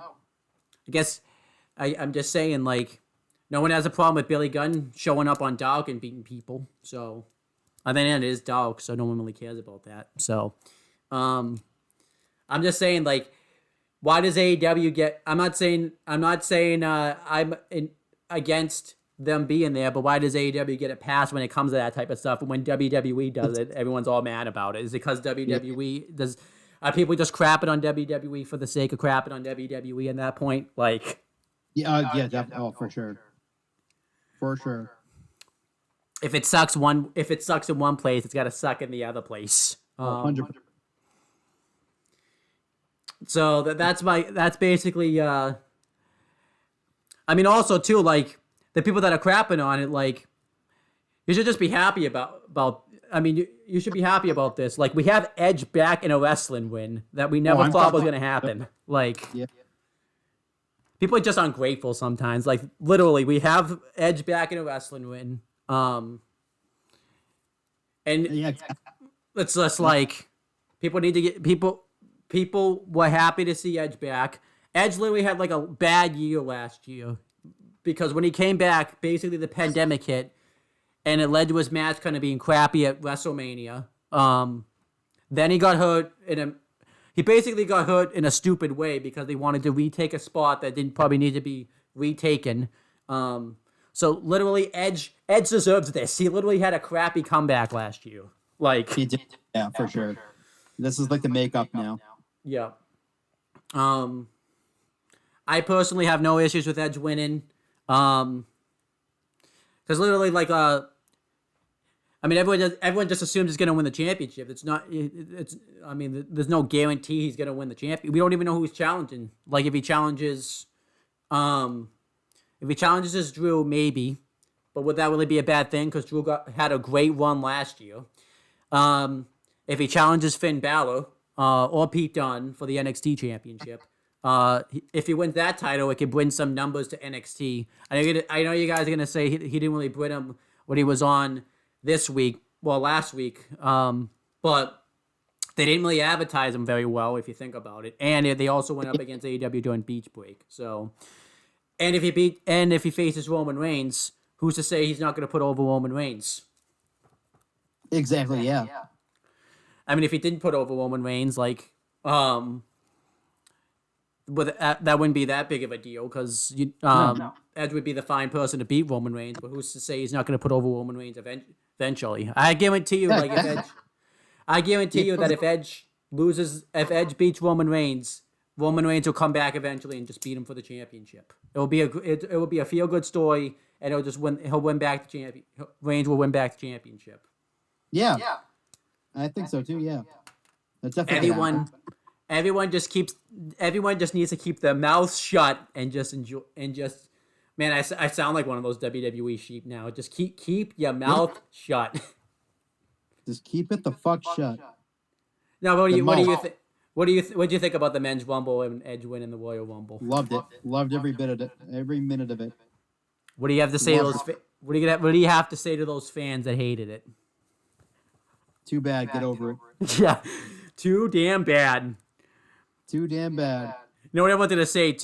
And plus, too, like, I know I wanted to say, like, the thing with Sting, too, like, being in AEW, yes, he's not, like, the biggest part of the story anyways. But, like, you know, if Sting looks like crap, I hope everyone calls it out for that. They won't. So. They won't. But if Sting looks like crap, just make sure you call it out. I hope so. I hope they would do that. Let's see, though. We will see. I mean, if you think, but that's the Royal Rumble. What do you give? I give the Royal Rumble like, I'm gonna give it an A-. It would be an A, but the first, like, the kickoff and the first match on the show were dog shit. So it ruins the perfect show. It's like it would be like a 93, not quite a 94 because Goldberg sucks. Yeah, I agree with that too. Yeah, it definitely could have been higher if Goldberg wasn't in the match. Oh, and the Bad Bunny performance was bad, and you know, it was okay. Oh, and by the way, let's talk about just to really stick it into Charlotte Flair. Lacey Evans, what are you doing coming out with Charlotte Flair's robe? Wow. Beat the Wow. shit Just up. really, really making that feel personal now. Yeah. You, Fuck her. you, what a terrible person you are. You know, we've seen people's eyes get gouged out. We've seen people disappear from the Firefly Funhouse. We've seen kids like Dominic Mysterio get whipped, but that just takes the cake right there. That just takes the cake. That bitch with the robe. Yep. Yeah, but that's the Royal Rumble. Pause. All right, so let's talk about the stuff that's been going on in the main roster. There really hasn't been much because there's only been like 2 weeks since then. We'll start off I like that Edge was on last week was on every show, putting the champs on notice. He did it with Drew last week where he talked about how he wants to face, how he'll possibly want to face him for the WWE title. I even love how he got mad at Drew that Drew wasn't kicking his head off or anything like that. He wasn't acting like a psychopath. I really love that he was on NXT showing that he could possibly challenge for that championship because saying, that NXT revigorated his passion to want to come back to wrestling. And he wants, and whoever wins the Takeover Vengeance Day match between Finn Balor and Pete Dunne, he'll possibly face the winner. And then obviously he had a face-off with Karrion Kross, and Karrion Kross tried to tell him not to pick based on emotion because I'm going to be the NXT champion and your time's going to run out. I even loved how Edge completely owned his ass afterwards because he said, you say words like that makes me want to come back. So I loved that. Roman Reigns basically wants Edge to acknowledge him. He wants him to pick him because he's the main event of WrestleMania. I even love how Reigns wasn't even there yet, so Reigns got really mad about it. I loved how mad Reigns was. He was pissed. You don't piss off the head of the table. How could he? And then afterwards, when he came out, he acted like he was going to make his decision, but then the whole stuff with Kevin Owens happened that we already talked about, so he couldn't make his decision then. He actually probably would have made his decision if had Roman Reigns not come out and interrupted him, by the way. So that's on Roman right there. Yeah, exactly. What is he doing? And then this week on Raw, he basically said until Drew gets past the Elimination Chamber, he's basically just not going to do. He's basically just going to leave everyone waiting and guessing about who he's going to challenge for the World Championship. I think it's a nice little story right there. It's basically Royal Rumble stuff. What do you think about what Edge has been doing since the Royal Rumble? Great. It's been great. He was on all 3 brands. It was awesome. I mean, I even I love whether they opened up the NXT thing because it shows, that NXT matters. So there you go. But yeah, let's talk about before that though. Drew's gonna get he's in some trouble at Elimination Chamber. Because originally we thought he was gonna face Sheamus in a 1-on-1 match. Which is why I hate Goldberg, because this could have been the Rumble match, because that was actually a nice little story, but Goldberg kind of had to come in and ruin everything. After Edge had confronted him, Sheamus, at first he came out to defend Drew, but then he turned on Drew and bro kicked him, and says he hasn't given an explanation about why yet, but it's pretty obvious why he wants to be the champ. And then Paul Heyman on Talking Smack. He's upset with Adam Pearce, who's the authority figure, pretty much. And he's upset that basically he's having Edge play the waiting game about who he's going to challenge for the Royal Rumble. So he wanted Adam Pearce to make a main event match for Raw for Drew to have, or else he was going to make sure that he got fired. So Adam Pearce did so. It was really weird they used Talking Smack to set up a Raw angle, by the way. That was really odd. And they had Shane McMahon there for reasons. I don't know why. Yeah, he was there. And he announced that the WWE Championship Elimination Chamber matches, Drew's defending against all the people who have been WWE Champion in the past, which would be Sheamus, AJ Styles, Jeff Hardy, The Miz, and Randy Orton. So I don't know why The Miz is in this match. He's got the Money in the Bank contract, Now he can't cash in whoever loses because he'll be beat up. So, you know, Sheamus is upset about it because, which he has every right to be because he was promised a one-on-one match, but he's not getting it. Fuck it. And then Put him in the chamber. And it led to a match later in the show where it was Drew versus Orton, and they had a DQ finish. And after that happened, it just shut Raw. I mean, Raw was over anyways, but I was pissed and deleted it off the DVR because they did a DQ finish. I mean, they do that too much. I was like, I showed them. I freaking X'd out of the thing and was out of the DVR in a second. That's teaching them a lesson. Fuck that. And then AJ Styles beat AJ Styles. No, he beat Jeff Hardy in a match on Raw, not himself. He beat himself up. He beat the AJ Styles up from 2010 to 2014. Do you remember that, like, in the game sometimes, like, where you could literally, like, have, like you could literally have, like, Undertaker face Undertaker, like, his past gimmicks from the past and stuff? Like, did you ever do that? Or... Yeah, I did that a lot. Or you could have, at one point, you could have a match of all their gimmicks in one match together. One time I did, I gotta tell you funny, we did, like, a draft where we, like, picked out, like, where we did a randomized thing, and I really didn't want to get Alberto Del Rio, and it was the year, I think it was 2K15, and that was the year they did, like, the showcase where they did the John Cena, CM Punk feud, and, like, the Christian feud, and remember that was the year that he was in the game like 3 times because he was in every. So I got all 3 Alberto Del Rios. Oh, that's awful. That's awful. That's at that point.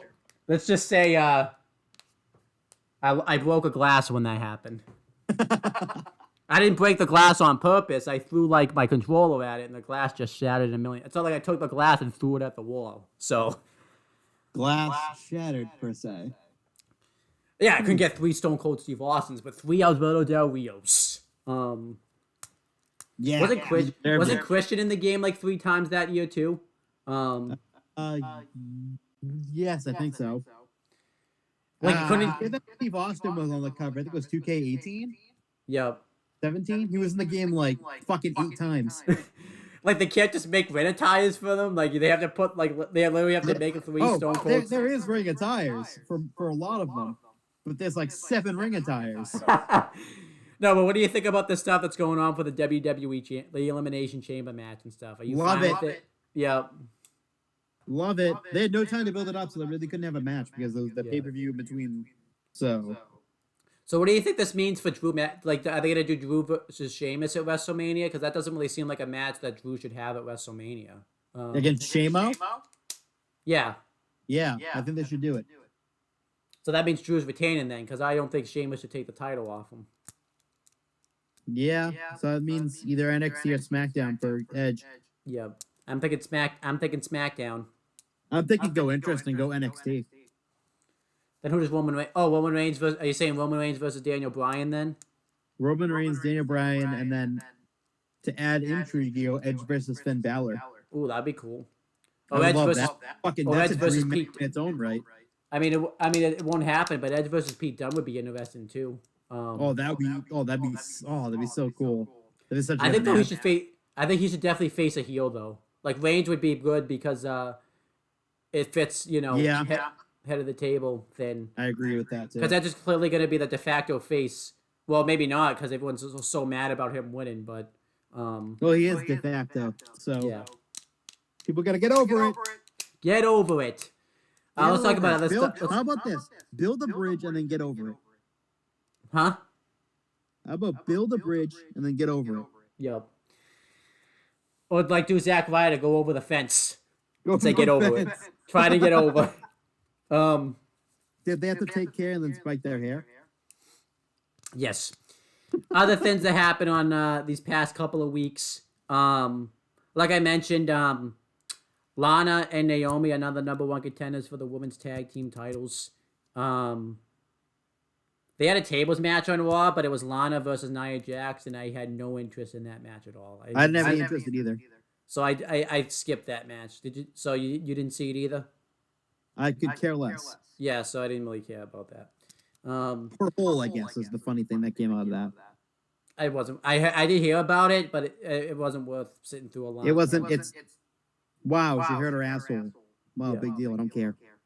It's not worth. I really don't care. It's not worth sitting down and watching a Nia Jax Lana match. Oh my god, get it? Because she did a leg drop on the apron and her asshole hit the apron. Oh no, it's so funny. Her hole. How many people have you injured, Nia Jax? Just saying. Then Shayna Baszler apparently had a match with Naomi that I didn't really watch either. That was so stupid. It was like there was a post-match beatdown, and then they had a match. It was Shayna versus Naomi. Like, what the fuck? Like, what's the point? Yeah. I didn't want. I don't care. I don't care about any of that. I get this now. I don't care about Lana. I don't care about Nia Jax. I don't care about Shayna Baszler. I don't care. I just don't care. I care about Shayna Baszler. She just shouldn't be in a tag team. That's what They shouldn't it would make me care more about Shayna Baszler if they went with the original plan, which is her being a babyface. Yeah. Around before she started teaming with Nia Jax, they had that yeah. I think it was Asuka and Shayna Baszler. Yeah. That was interesting to me because it's something different than what she was doing. Yeah. Now it's stupid because every week they're like the odd couple tag team that always fights. Yeah. And then in the match they're fighting with each other and they still win. I don't care about the odd couple tag team. It's done to death. Actually, I'm gonna save that rant because that has to do with my unpopular opinion. But I also think what would have made me care about Shayna Baszler more is had she just beaten Becky Lynch. I know Becky Lynch was pregnant. They didn't know, but literally, you heard it last year. Becky Lynch was pitching to drop that title last year to Shayna Baszler. Yeah, she was. Because she probably. I don't think she knew she was pregnant, but she probably knew something was up. I think she knew something was up. You have to know something up at that point. Huh? She was I don't even know how many. She wasn't months. Yeah. She was only a few weeks pregnant at that point, so I don't think she really had any symptoms of being pregnant yet. Yeah. But she wanted to lose that. She wanted to lose that match, and if you think about it, I get it led to that great moment with her and Asuka and stuff, but it was so stupid for her to lose that match last year. Yeah, Becky Lynch was off. Yeah. Becky Lynch was off TV pretty much anyways. And honestly, you missed some great. It's just so. That would be a topic for another day. Yeah. Yeah, but other things that happened that's been going on lately. I'm gonna tell you something I'm loving right now. It's on SmackDown. A lot of the things I love are on SmackDown. Actually, I love what they're doing with Apollo Crews right now. With the fact that he's gonna possibly be joining up with Paul Heyman or at least turning heel. Because lately he's been challenging Big E for the Intercontinental Championship and has just been managing not to get the job done. And then I love how Paul Heyman's talking about how Apollo Crews is going to win something out of him. They tried to do this last year with the Hurt Business, where MVP tried to recruit him, and he didn't join the Hurt Business. And I actually think that kind of goes with that storyline, because maybe had he joined the Hurt Business, he wouldn't be in this position that he is now. So it's kind of actually adding fuel to that fire. And I love how Heyman... I think it's cool that's Heyman that's trying to put it out of him, because you knew that it was Heyman is the reason that he got his push last year. Pretty much. Guys. And I love that, he's actually, you've seen him in the locker room, actually talking to Roman Reigns and stuff like that. And I love how this week, I didn't like actually in the one match they had, where Zayn got involved and caused a DQ. I got to add to the Zayn storyline, but I feel like the storyline should be about Apollo Crews, not the stuff that's going on about Sami Zayn right now. Definitely. Definitely. Because I feel like that was the time they should have pulled the trigger and had him cheat to win against a Big E.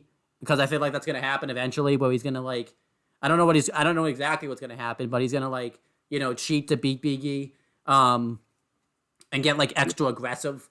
Oh yeah, definitely. But this week he actually lost this week. And he actually it was actually a mistake that he made because he got too focused on Sami Zayn to actually focus on the task at hand. So I really and then at backstage he got like interviewed about it, and he really just didn't have the words to say. Like he was, and if you saw when he got up to his feet and stuff, he was like pissed that he lost that match last week. So yeah. So hopefully that means there's something bigger for him in the future. Absolutely, I honestly think I wouldn't complain if he became like, because in real life he kind of is a Paul Heyman guy in a sense, because Heyman likes Apollo Crews. So I really wouldn't mind seeing him. Because the thing about Apollo Crews, I think that got exposed last year, is that he's not very good on the mic.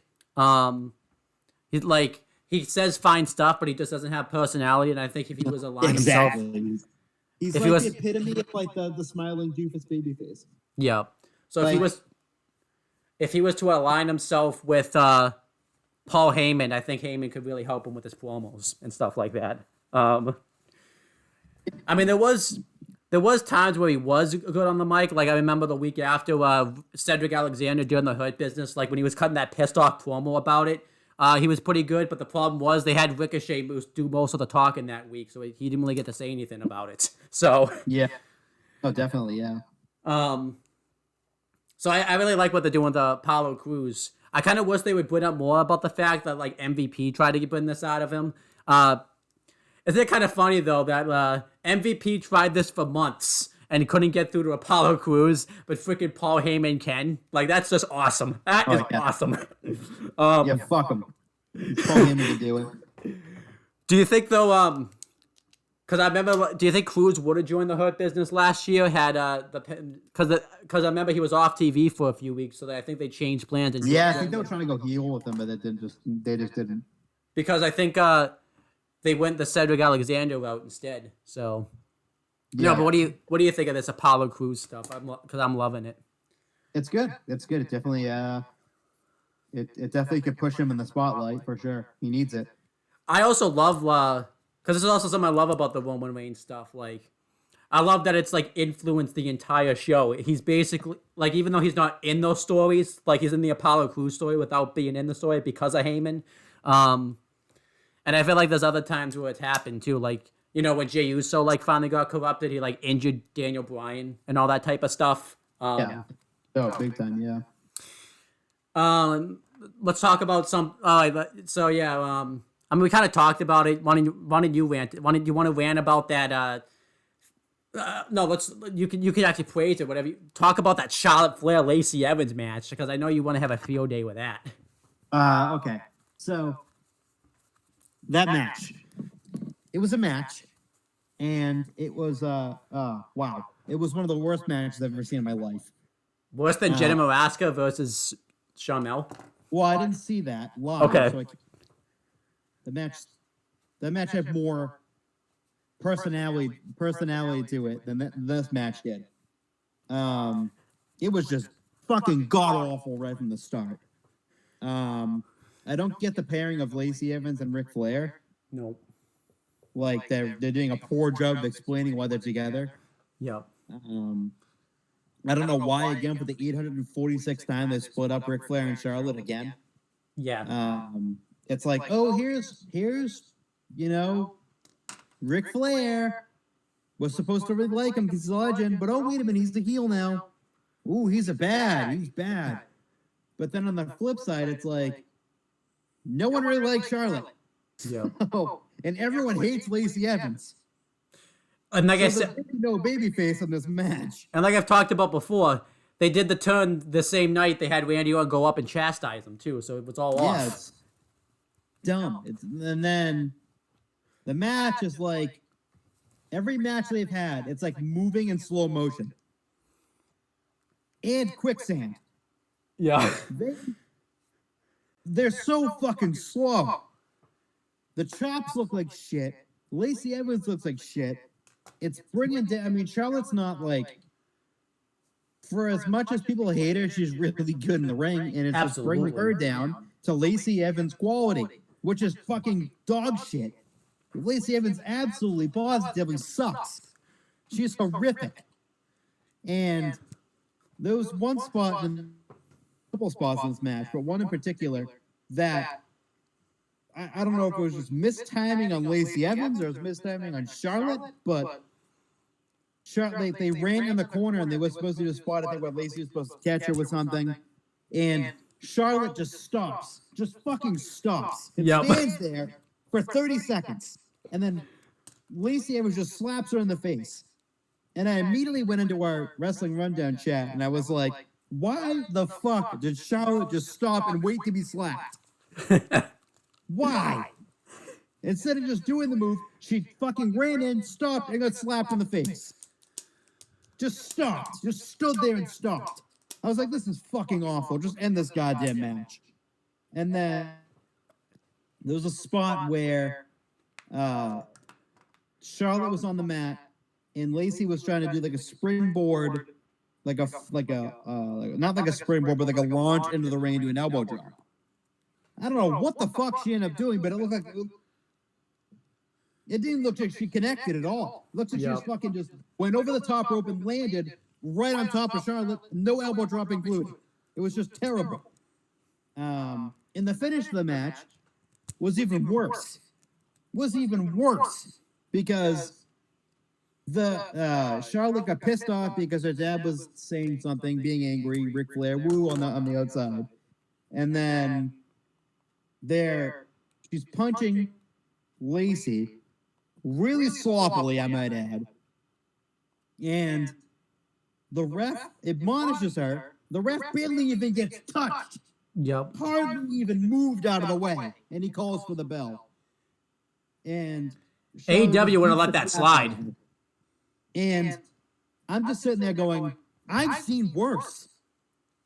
I've seen referees get super kicked, body slammed, suplexed, kicked in the nuts. Nothing was called. Nothing was called. Then another referee came out, and the match continued on. Instead of having the other referee come out and ring the bell, the match continued. Whereas this match, the fucking referee slightly gets moved out of the way, and he calls for the bell. I'm like, what the fuck? I'm like, thank God it's over, because this match absolutely blows. But that was horrific. I was done. After that, I was like, I don't want to fucking see that match ever again. Ever again. It was like they're moving in slow motion and quicksand. Oh, you're gonna see this match again, though, buddy. You're gonna see this. I know I am. I am. Guess what? I'm gonna hate my life. So you hated this match worse than give the next 3 months. You hated this match worse. You hated this match worse than Randy Orton versus Jinder Mahal at Battleground. It's getting there. Nothing could be worse than that match in the history of professional wrestling than that match. But that match was close because anytime Lacey Evans gets in the ring with someone, not only is it sloppy, but they have to slow down because she's so dumb. I do think, though, because she'll be in the ring with Asuka, the match will be pretty damn good. So the quality would get dragged down. Yeah, I'm saying that's why I said pretty damn good. Not like that. I don't think Asuka can save Lacey Evans. Yeah. In a match, Lacey Evans is that bad. Asuka did get a good match out of Eva Marie though, and Eva Marie was pretty damn bad. So Eva Marie's a board at that point. Like she's so green and so raw, but they pushed her because she was hot, which she is really hot. That's the only reason why she got a push. But that match was just terrible. Yeah. I don't recommend anyone watching it at all because it will literally put you to sleep. That's how boring that match is. I have another. It ends in a DQ. And the in-ring quality was just horrific. I got another rant for you though. So this stuff I like about that's going on with the Hurt Business, the stuff I don't like about it. I really don't like how they're doing the Matt Riddle, Bobby Lashley feud, where in terms of like they just have Lashley continuously lay him out week after week. I get that makes him look strong, but Matt Riddle's better than that. And they went about that, huh? It literally makes like Matt Riddle looked week in and week out, getting their shit beat out of him. Yeah, like that should not happen. Like, and also, I did love though. This isn't the match that Keith Lee and Matt Riddle had on Raw this week. That was absolutely awesome.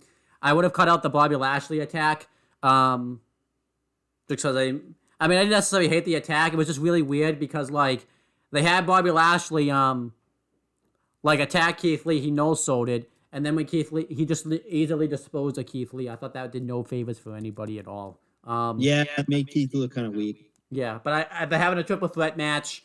I hope Keith Lee obviously wins is the one that takes the title off of Lashley, because that would make a whole lot of sense. Yeah. That match alone, like by itself, would be really good. Yeah, but adding Riddle to the mix will be awesome. Yeah, the match is still great either way, even if it's a triple threat or a single match, it's still pretty good. But I was willing to give it a chance, because I've been pretty vocal with you about how I didn't really like Cedric. I didn't really mind him being in the group, but the way they got there was pretty bad. But now they're doing something that's even worse, where they're not really validating him joining the group, because he's having dissension with them, and he's in the group. Like, why join the group if you're just gonna have dissension? Now I know Cedric. Barely. I know Cedric. You don't like the lights on. I understand that. I understand, Cedric. The lights don't make you feel at home. So I understand that you are mad. I get it. But you don't need to take it out on your group. They're trying to help you, and you're not even home, Cedric. Like, you're not home. You're at the WWE shows. Stop getting mad. They aren't on. Yeah. Well, do you think the Thunderdome's... Notice, by the way, I'm just saying, by the way, he was a baby face when they were in the PC, where there wasn't any much lights going on with the. And then when he gets to the Thunderdome, he not only turns heel, now he's like mad at everybody right now. Is there too many lights for him in the Thunderdome? There's no lights. So do you think he was part of Retribution? Maybe everyone assumed it was Retribution. Do you think he was the one that was flickering the lights on the PC when Retribution was doing that? He liked it because the lights were flickering, so they weren't really on. Yep. So, no, but in all seriousness, though, that like I feel like it's not necessarily like it's like when you win it's the thing that Vince hates tag teams, and it's like the tag team champions are not allowed, like any tag team is not allowed to get along. Like, you notice how right when Cedric and Shelton Benjamin won the championships, they can't seem to get along now. It's so stupid. Like, it's just dissension. I understand it. Do you think I understand like the light? I understand that he doesn't like the lights being on, but he needs to get over. He needs to get over it. He just gets so angry. It is like he just comes home and all the lights are on. He's got to turn them off. Yeah. She's got a little one at home too. How do you think she's? And oh my gosh, imagine how many. Imagine how. Alexander and their daughter, they got to live at home. Yeah. There's no lights on at all times, and when the lights are on, he sees it. He gets pissed off, and he goes in the house and turns them off. Yep. Do you think he has like a special like super sense that he can tell when the lights are on? Like, does he have to be like can the lights be on when he's not home, or do they have to be on? It's like his spidey senses are tingling. Yep. Oh, do you think he's pissed when he goes? Do you think he's pissed? Do you think more lights make him more mad? Like, do you think he's pissed when he goes to the Thunderdome? Yeah. Because they're all on. They just don't think he's at home. He's got to turn them all off. Because he can't control them. He was the one that actually, when Retribution turned the lights on and off, that was him. He's turning them off, and Retribution was trying to turn them back on. Yes. Retribution wanted to kill that electric bill. Yep. Or maybe it was... So that's Retribution's point. Cedric Alexander was turning the lights off to keep the electric bill down. Yep. And Retribution was turning them on to make the electric bill go up. Oh my gosh. Assholes. Cedric's just trying to help. Bunch of assholes. So do you think if Cedric Alexander got signed to AEW, he'd only want to be on Dark? Because in the dark, he feels at home. Yeah. Anyhow, he'd be on Dynamite. Too bright. Yep. I did like the match though. They had like, I think it was either this week or last week, where it was Cedric and Shelton versus the Lucha House Party. That was a pretty damn great match. So yeah. Cedric was actually happy that week, even though all the lights were on. That's just weird. Maybe he like weird. that. It's weird how that works sometimes. Yeah. Maybe he just got over it that week. Maybe so. He was forced to. He was forced. He wasn't even there this Cedric, week. Cedric, if you don't like being the lights on this week, well, too bad. Get over it. Yep. He said, okay, I guess I got to get over it then. But I'm not going to be happy. So do you think the weeks he's not there, that's like the weeks he can't even take it? Like, do you think he has to take it? He's just pissed off. All right, let's continue talking, though. I think that's all the stories on Raw. All the stories on SmackDown are pretty much covered. Let's talk about some NXT stuff. We'll just keep going. No, it's like, we'll cover it when we cover the rundown on Saturday. We'll go over it briefly. All right, we'll go over it briefly. Let's go over to some other topics. We have a new topic. It's called Unpopular Opinions in Wrestling. So let's pause. All right, so yeah, let's talk about some unpopular opinions in wrestling. I like to do this. This isn't really trying to get anyone to agree with anyone. This is just talking about your unpopular opinions. I like to do this because a lot of people ask, what's an unpopular opinion that you have that nobody else has? So this can answer all those questions. And I feel like this is kind of a relevant topic because of how it's being booked and stuff. And it was that I never really wanted women's tag team championships. I always heard people talk about it. Everyone wanted to have these women's tag team titles get created to give like equality to the women and stuff. I would see channels on it. James would talk about it. And I wasn't one of those people because I'll tell you why. And I think my proof's been proven right. So everybody knows how Vince feels about tag teams. He doesn't think tag teams draw money, and he thinks that, they're pretty dumb. That's why you never see the men's tag team titles get any love. That's why AEW, I love what they're doing with their tag division because it gets showcased every week. Like half of the show sometimes will just literally be focused on their tag team division. It's a little too overcrowded, but I like what they're doing. Yeah. So when you see and then you see what's going on with the women's tag team. Plus, this was also kind of around the time where like there was barely any women on the show, so you would have to like throw like a bunch of tag teams together, which is basically what happened. So I really didn't want to have women's tag team titles because I just didn't think they get showcased very well. So it started out they got announced and I wasn't happy about them because literally the Elimination Chamber match, half of that field in the first women's tag team championship Elimination Chamber match were literally thrown together teams. I think it was like Carmelo and Naomi. Even though they were friends, they were still kind of a thrown together team. Sasha Banks and Bayley. I think we had like that was like a legitimate tag team though. They did get there eventually, but they were kind of. This was when they were doing that infighting storyline when they were kind of starting to team up together though. When they won the first tag team. Oh, yeah, they were teaming up before that though. Not as frequently, but like since Bayley made her debut on the main roster. Then we had, but I think it was they threw together Nia Jax and Tamina. That's because they were family. That was the only reason why. Yeah, I feel like they needed just a bloodline. Yeah, I feel like there was another team that was thrown together that was in there. I just don't remember what it is off the top of my head. And then they had Bayley and Sasha Banks be the first champions, and they didn't really do much with the championships. They dropped them randomly. And then that's when the problems get started because the Iconics won them and they were never on television. And then they lost them to another thrown together team in Alexa Bliss and Nikki Cross. So there's that. Then they lost them to the Kabuki Warriors, which even though they became like more of a tag team, let's be real, that was really a thrown together team too. Yeah, because they weren't teaming beforehand. Yeah. And then they lost it back to Alexa Bliss and Nikki Cross, who, again, was still a thrown-together team. That was when Asuka and Kairi Sane were randomly heels. Yep. Then they lost them back. Then Bliss and Cross lost them to the Boston Hug Connection, which weren't really, they were at least together, but it was really random how it happened at the same time because they weren't even like feuding with them. They just decided randomly to challenge for the belts one day. That was so random. And then They lost them to another thrown together team, and Shayna Baszler and Nia Jax, who were an infighting team.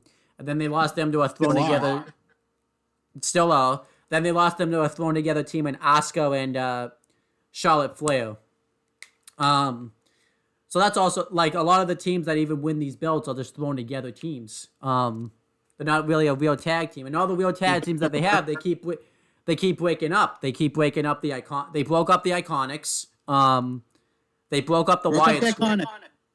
Yeah, broke up the Iconics just to put them in different tag teams. That's also that's big push by Peyton Royce. But it's got a big push. What was a big push? Tag team with Lacey Evans that no one mentions now. That was their big push. Big push to the bottom of the card with Lacey Evans. Nice. Also, too, like, like, the tag team titles were created, I thought, for the Iconics. Like, literally, there was, what's the point of having the belts if you're going to break up the Iconics? That's literally what I thought why the belts were created. Like, yeah. Supposed to be for legitimate tag teams. They broke up Fire and Desire. They legitimate broke up tag team. Yep, they broke up the Wyatt Squad for a period of time. Legitimate tag team. They broke up. Well, then Sasha Banks and Bayley weren't there for like a good portion of when the tag team titles were together. The Iconics broke up. Yep. Bliss and Cross broke up. Fucking teams. 4 teams. Sasha and Bayley. That's 5. Alexa Bliss and Nikki Cross. Broke and then fucking tag teams. And then we're promised like they're gonna go to NXT, and they very rarely go to NXT and defend the titles. And they actually have some legitimate teams in NXT, like Casey Catanzaro and Casey Catanzaro and I forget it. Katie Carter. I was gonna say I almost said Lacey Lane. They have Dakota. I don't know how much they can be a team. Yeah. Because they have what Casey Catanzaro keeps doing. They have Dakota Kai and Raquel Gonzalez. That's a legitimate tag team right there. Yep. They have other ones. I just can't name them right now. There's so many legitimate teams down there that they could use. Yep. And they just like that's like, oh, it's supposed to be across. See, this is the hooking point across all 3 brands: WWE, Raw, SmackDown, NXT.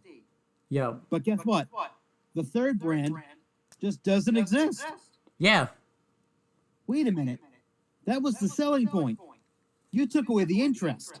Yep. Oh, wow, like a main roster championship being defended on NXT. That's interesting. They did it twice. The fucking titles have been around for 5 years or whatever the fuck how long it's been. 4 years, 5 years, and they've done it twice. They brought the belts down there when they first won them, Sasha and Bayley, and that was it. Yep. There was maybe 2 promos with them, and then they defended them one time, and then they brought them down there in a match that Sasha had, I think, with Io Shirai. Yeah. That was the only time that those belts were even mentioned on NXT ever. And like just go down there. Yeah. Have your fucking champions go down there. What is it's first of all, if you had like an interesting tag team, win the titles then in NXT, have them go to Raw, have them go to SmackDown. It could boost a little bit. Help you out in the long run. Instead, even if you wanted to put like Charlotte and Asuka, okay, fine, throw them together tag team. Maybe not Charlotte because I don't even know. Like Kabuki Warriors, I guess. Bring Kairi Sane back from Japan, and have the Kabuki Warriors go down to NXT. People like Kairi Sane. Yeah. People love Asuka. Boom, right there. People want to see them both wrestle. No one cares about Charlotte, so fuck that point. But have Kairi Sane and Asuka go down to NXT as the Women's Tag Team Champions and face off against and have a triple threat tag team match in the main event of NXT. Absolutely. Guess what? People would tune in for the WWE Women's Tag Team Championship right there. Bam. Yep. Right fucking there. Raquel Gonzalez, Dakota Kai. Even if you want to do Io Shirai and Rhea Ripley were kind of a tag team. You put them, boom, right there. There's your main event. Right there. 2 seconds it took me to think of that. I know, yeah. You take your fucking championships for 5 years and know what to do with them. Bam, right there. 2 seconds it took me. It's not that fucking difficult of a concept. One other bad thing they do with the championships is they keep doing the double champ thing. Well, they have like the Raw or the SmackDown Women's Championship hold both of the belts at the same time, so it like ruins the stories. It devalues it. Yeah. Like Sasha and Bayley had the Raw and SmackDown Women's Championships, which are arguably superior to the tag team, to the Women's Tag Team Championship. Yep. And now those belts were afterthoughts. No, they were like, oh, the Raw and SmackDown Women's Champions, Bayley and Sasha Banks, and of course the Women's Tag Team Championship. They hold the Women's Tag Team Championships. Like that was like the second part of the announcement. Yeah, pretty much. The Women's Tag Team Champions, Sasha Banks and Bayley. Instead of being, oh hey, this is significant. They are the Women's Tag Team Champions. There's barely any of those in wrestling. Women's Tag Team Champions. Instead, it's here's Raw, here's their SmackDown Women's Champions, and of course, by the way, in case if you didn't know, sidebar, they're the Women's Tag Team Champions. Like it's just. No one's going to care about the championships. No one's going to care about the championship in general if you don't push it. Yeah, absolutely. If you leave it on the bottom tier of the rung, if you had freaking put Shayna Baszler and Nia Jax in a match, you probably wouldn't even fucking notice they were the Women's Tag Team Champion. Yep. Because they never announced it, ever. Very rarely. This is a credible threat. Oh, these are credible champions. You know, Nia Jax and Shayna Baszler are credible champions. They beat the former champions is the current Raw Women's Champion and a former Raw Women's Champion. No, you wouldn't fucking hear any of that. So there's no significance to the reason why they're champions in the first place. It's even worse because sometimes like they don't even do like the thing where sometimes they like barely go to NXT, but like for example, if Shayna and Nia are sent to on Raw, they never even go to SmackDown. They don't even bother doing that. No, because it's become the Raw Women's Tag Team Championship. Because it's not on SmackDown, it's never on NXT. Yeah. Ever. If you put two popular wrestlers, that female wrestlers that the company that the fans love, and that the company wants to put down there, then do it. Sasha Banks and fucking Bayley would be perfect for that because the fans love Sasha Banks and Bayley, and everyone around the wrestling universe loves Bayley and Sasha Banks. Yes. Boom, right there, main event. Sasha Banks and Bayley versus Raquel Gonzalez and Dakota Kai, and versus whoever else, Io Shirai and Rhea. But like I said, just replace Asuka and Kairi Sane with those two. Boom, ratings. Yep, more ratings. people tuning into that main event than AEW because people want to see the Women's Tag Team Championship defended as the main event of NXT. If you remember, actually, when they were the champs, they were tag team champions. They were starting to kind of beat AEW in the ratings a little bit when they were going down there. Like, yeah, they were. Great American Bash was a great show, but it should have had a Women's Tag Team Championship match on it instead of two singles matches or whatever it was. Like, make your championship seem significant. Move it down to NXT. Yeah, makes total sense. But this is why I never wanted the championships because they don't treat them like they're important, and they're not gonna anytime soon. So it's frustrating because this is something that fans wanted for years and years and years, and we finally get it. In the WWE for the first time since the fucking 80s or 70s or what it was. And it was made to be like a big deal. And it was because the first champions were Sasha Banks and Bayley, which made sense. But then it just went by the wayside. Yep. They lost them in like a month. They lost them at WrestleMania. They pitched a fit at WrestleMania and lost to the Iconics.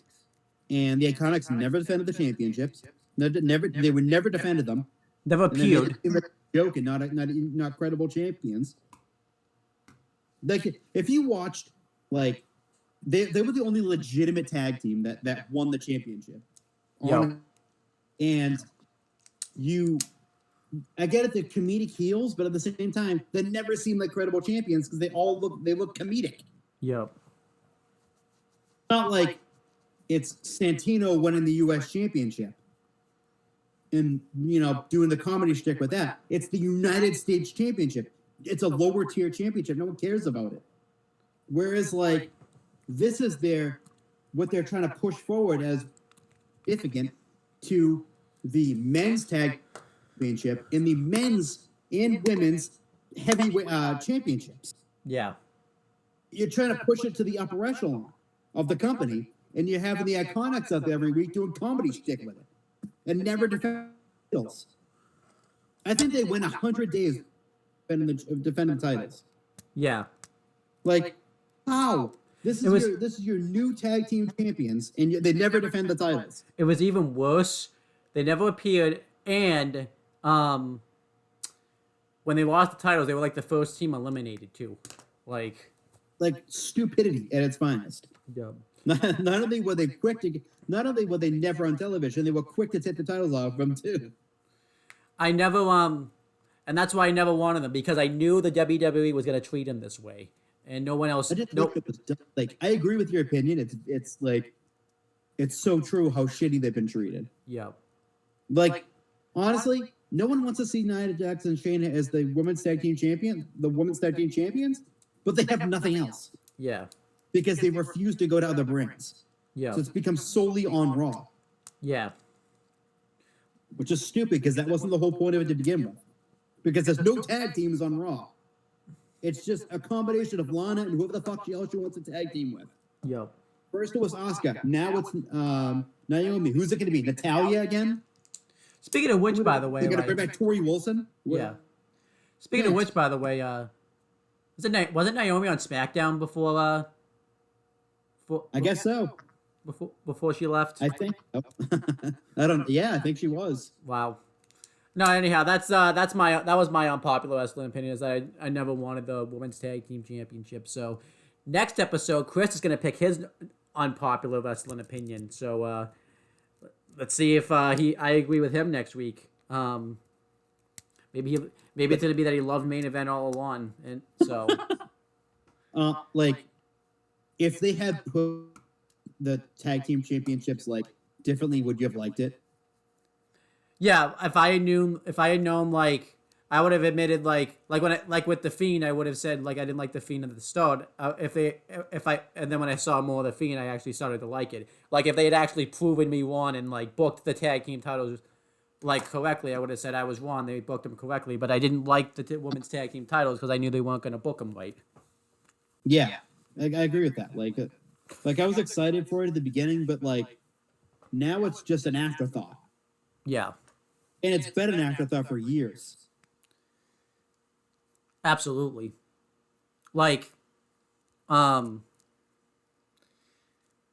they just, they put, what's the point of having the titles if they broke up all the real tag teams? I think even before that, they were even starting to break up, the real tag teams pre-women's tag team titles, too.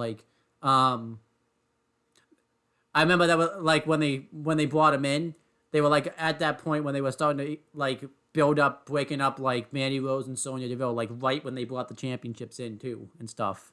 It was stupid. They moved. I think that's when they broke up the Wyatt squad. They drafted them to different shows and stuff like that. So it just made no sense. Yeah, no sense to completely ignore a third brand with credible tag team competitors. Yeah. It's not a developmental brand.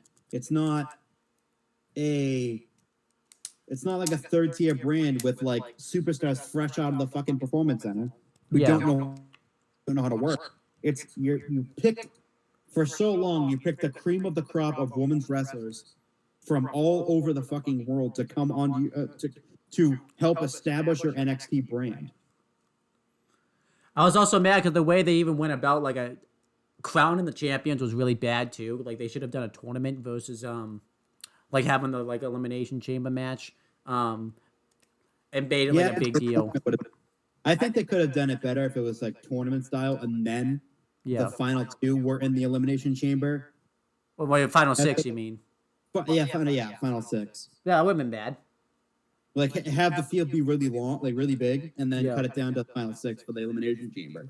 Instead, like, oh, here's these 6 random tag teams that no one cares about besides Sasha Banks and Bayley. Like, here you go. Yep. And then they would always talk about it, and then like never really, like they should have been like the way they was announced was even weird. Remember, it was like when Vince was like dressed up as Santa Claus, and he kind of randomly dropped it in there out of nowhere, like. It was like in a present. Yeah. It was like you open up the present. It was like, hey, this is what you wanted, guys. Here you go. Yeah. Like, oh, nice. Instead of like announcing it like fresh out of the new year. Yeah.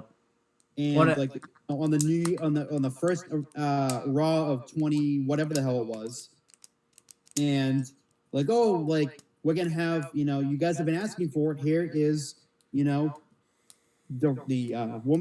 women's tag team championship. Yeah. There it is. This is what you wanted. Here you go. Yeah. Now we're gonna have a tournament to determine who's gonna win, and the final 6 teams will compete Elimination Chamber from Raw, SmackDown, and NXT. Yeah. And you pick 3 teams from each brand to be in the final. Yeah. In the chamber match. So you have 1 team from Raw, 1 team from SmackDown, 1 team from NXT. Those are the 3 that will be in the chamber. The other 3 can be random mishmash tag teams that you've had, like from the field. Whatever you want to do, but like whatever the other 3 tag teams you want to do, fine. But they would like to establish that it means that has significance. You have to have all 3 brands in it. Yep. Not like, oh, NXT's in it, but they're the first teams eliminated in the tournament. Yeah. Like, no. You have 1 team from NXT, 1 team from Raw, 1 team from SmackDown. Those are the 3. So Sasha Banks and Bayley, whoever else on SmackDown, and whoever else on NXT. Perfect. Right there, those 3. And then the other 3 can be whatever else. I don't care at that point. Yeah. Yeah, but that's that was my unpopular wrestling opinion. So you'll get to pick the next one. Let's see what you pick for the next unpopular wrestling opinion. Let's see. Maybe yours will be like, I love main event. I'm hoping maybe it is. We'll see.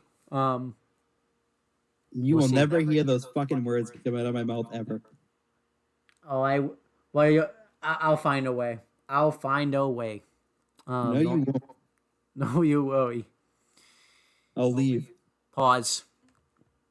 All right, so the next topic is going to be the big question. Now, this will typically be at the end, but when you see what a topic is for things we missed in 2020/2021, you'll see why that's the end this time. But since it's Elimination Chamber season, I figured I'd make it an Elimination Chamber based question.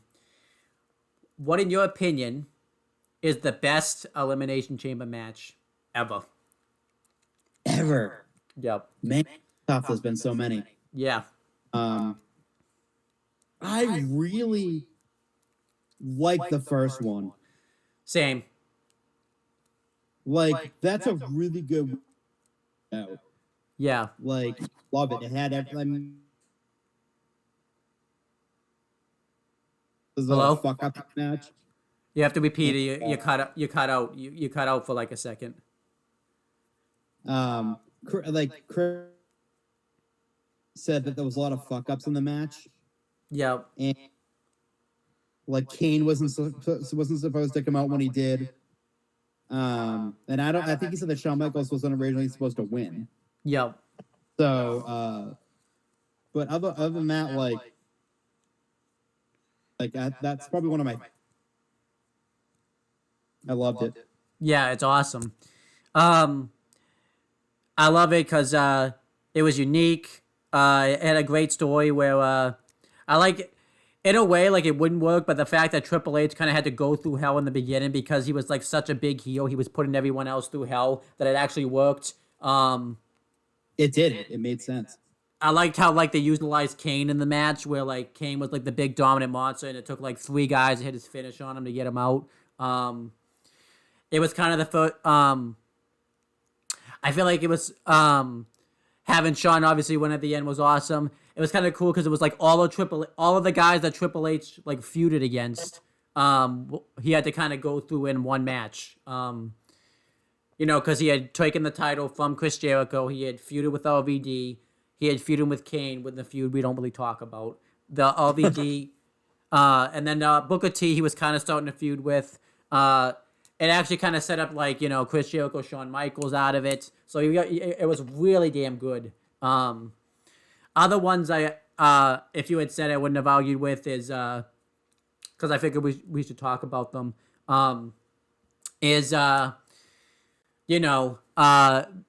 The one in 2006 at New Year's Revolution where Cena had to go through, and he went through like the whole match, and still retained the title. Which you could say Cena wins low, but then afterwards Edge kind of came in and cashed in. I thought was a really damn awesome one.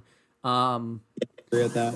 Yeah, I really liked the one with in 2019, the men's one, because that was kind of like the height of Kofi Mania and stuff like that. Yeah, really good. That one was really, really good. I have to go back and rewatch it because I hear it's a fantastic match. The one where Bray Wyatt won his first WWE Championship. I don't think I remember that match really particular. I don't remember. Like I remember the match technically was great, but I think it was like right when they got the first new Chamber match, so I was kind of sour on it. Like the first Elimination Chamber like set. The newer. Yeah, so I kind of safer version. I like the first woman's one. Well, Alexa won it. I thought that was a great one. The first men's tag team chamber was pretty good too. Also, yeah. I like the one last year too, where it was. I mean, the tag team ones have been pretty good for the men's side at least. Yeah, absolutely. Because they can do a lot more crazy shit with like when the Lucha House Party did that like spot off the top of the chamber. Yep. Like a shooting star press or splash or whatever. Yeah. Like that was really fucking cool. That was never done before. I actually, in a sense, I don't know if I can like. I feel like this is actually a good one. The one in 2009, just because like Edge when Edge was like the WWE champion like in the beginning of the night, and then like he lost it really quickly and took out Kofi and stole the WWE championship, or the World Heavyweight Championship like at the end of the show. I like those. I like that one. At No Way Out 2009, you remember that one? Yeah. I like that one. That was good. All of them. The majority have been really good. Yeah. I'm not gonna focus on the bad because that would be the next episode's question. Yeah, because we still have another week. Yeah. But yeah. It's just insane. That like Elimination Chamber has been around that long. But that's the big question. Now let's end off the show and talk about the things we missed in 2020/2021. All right, so yeah, we're gonna end it off by talking about things we didn't cover in 2020. And this was a sad one. Like, so this is why we're starting off with this one, and this is basically paying tribute to like all the wrestlers that passed away last year. Want to go through the list. How I kind of rank this is like the ones that I knew, and out of like the most, and like the ones that left the most like impact. I don't want to like take anyone's life for granted, saying that not everyone's life has meaning, but I'm saying like in terms of like the wrestling industry, like how much of an impact their passing had. There's really no way to say that without making it sound good, actually. Exactly. Yeah, but this is like you'll see what I mean when we actually go through the list. Because last year I think wrestlers die every year, but I feel like last year, I don't know if it was the worst, but I feel like it was more because of the pandemic. So I think it ended a lot of people's lives. and there was like a lot of because maybe like you could make the argument like where if it hadn't been for the pandemic, would they be in these situations to begin with? Um, so it's really tough, and I feel like because like the people especially like in the Hogan era and stuff are starting to get older, so they're starting to kind of die now. Um, it's just tough. I don't know. I just felt like last year, like, 'cause we heard it just felt like we had maybe because like the deaths that we did get like was so significant, and we'll talk about them. It's really tough to put into words until we actually go through the list. What we'll do is I'll go through the list and we'll kind of say the story. Now, some of these stories because I'm still going through that period where I'm still like watching stuff I missed. I haven't actually like heard them in the news sites yet. I had went and read up on them, so you can kind of talk about some of them, and some of some of them we waited maybe a bit too long to talk about them, so we won't be as familiar with the stories. But I think they're worth talking about. Like the first one we'll talk about is Hannah Kimura. If you remember, she died like at the time of Double or Nothing. Like I think that the couple of days before AEW Double or Nothing.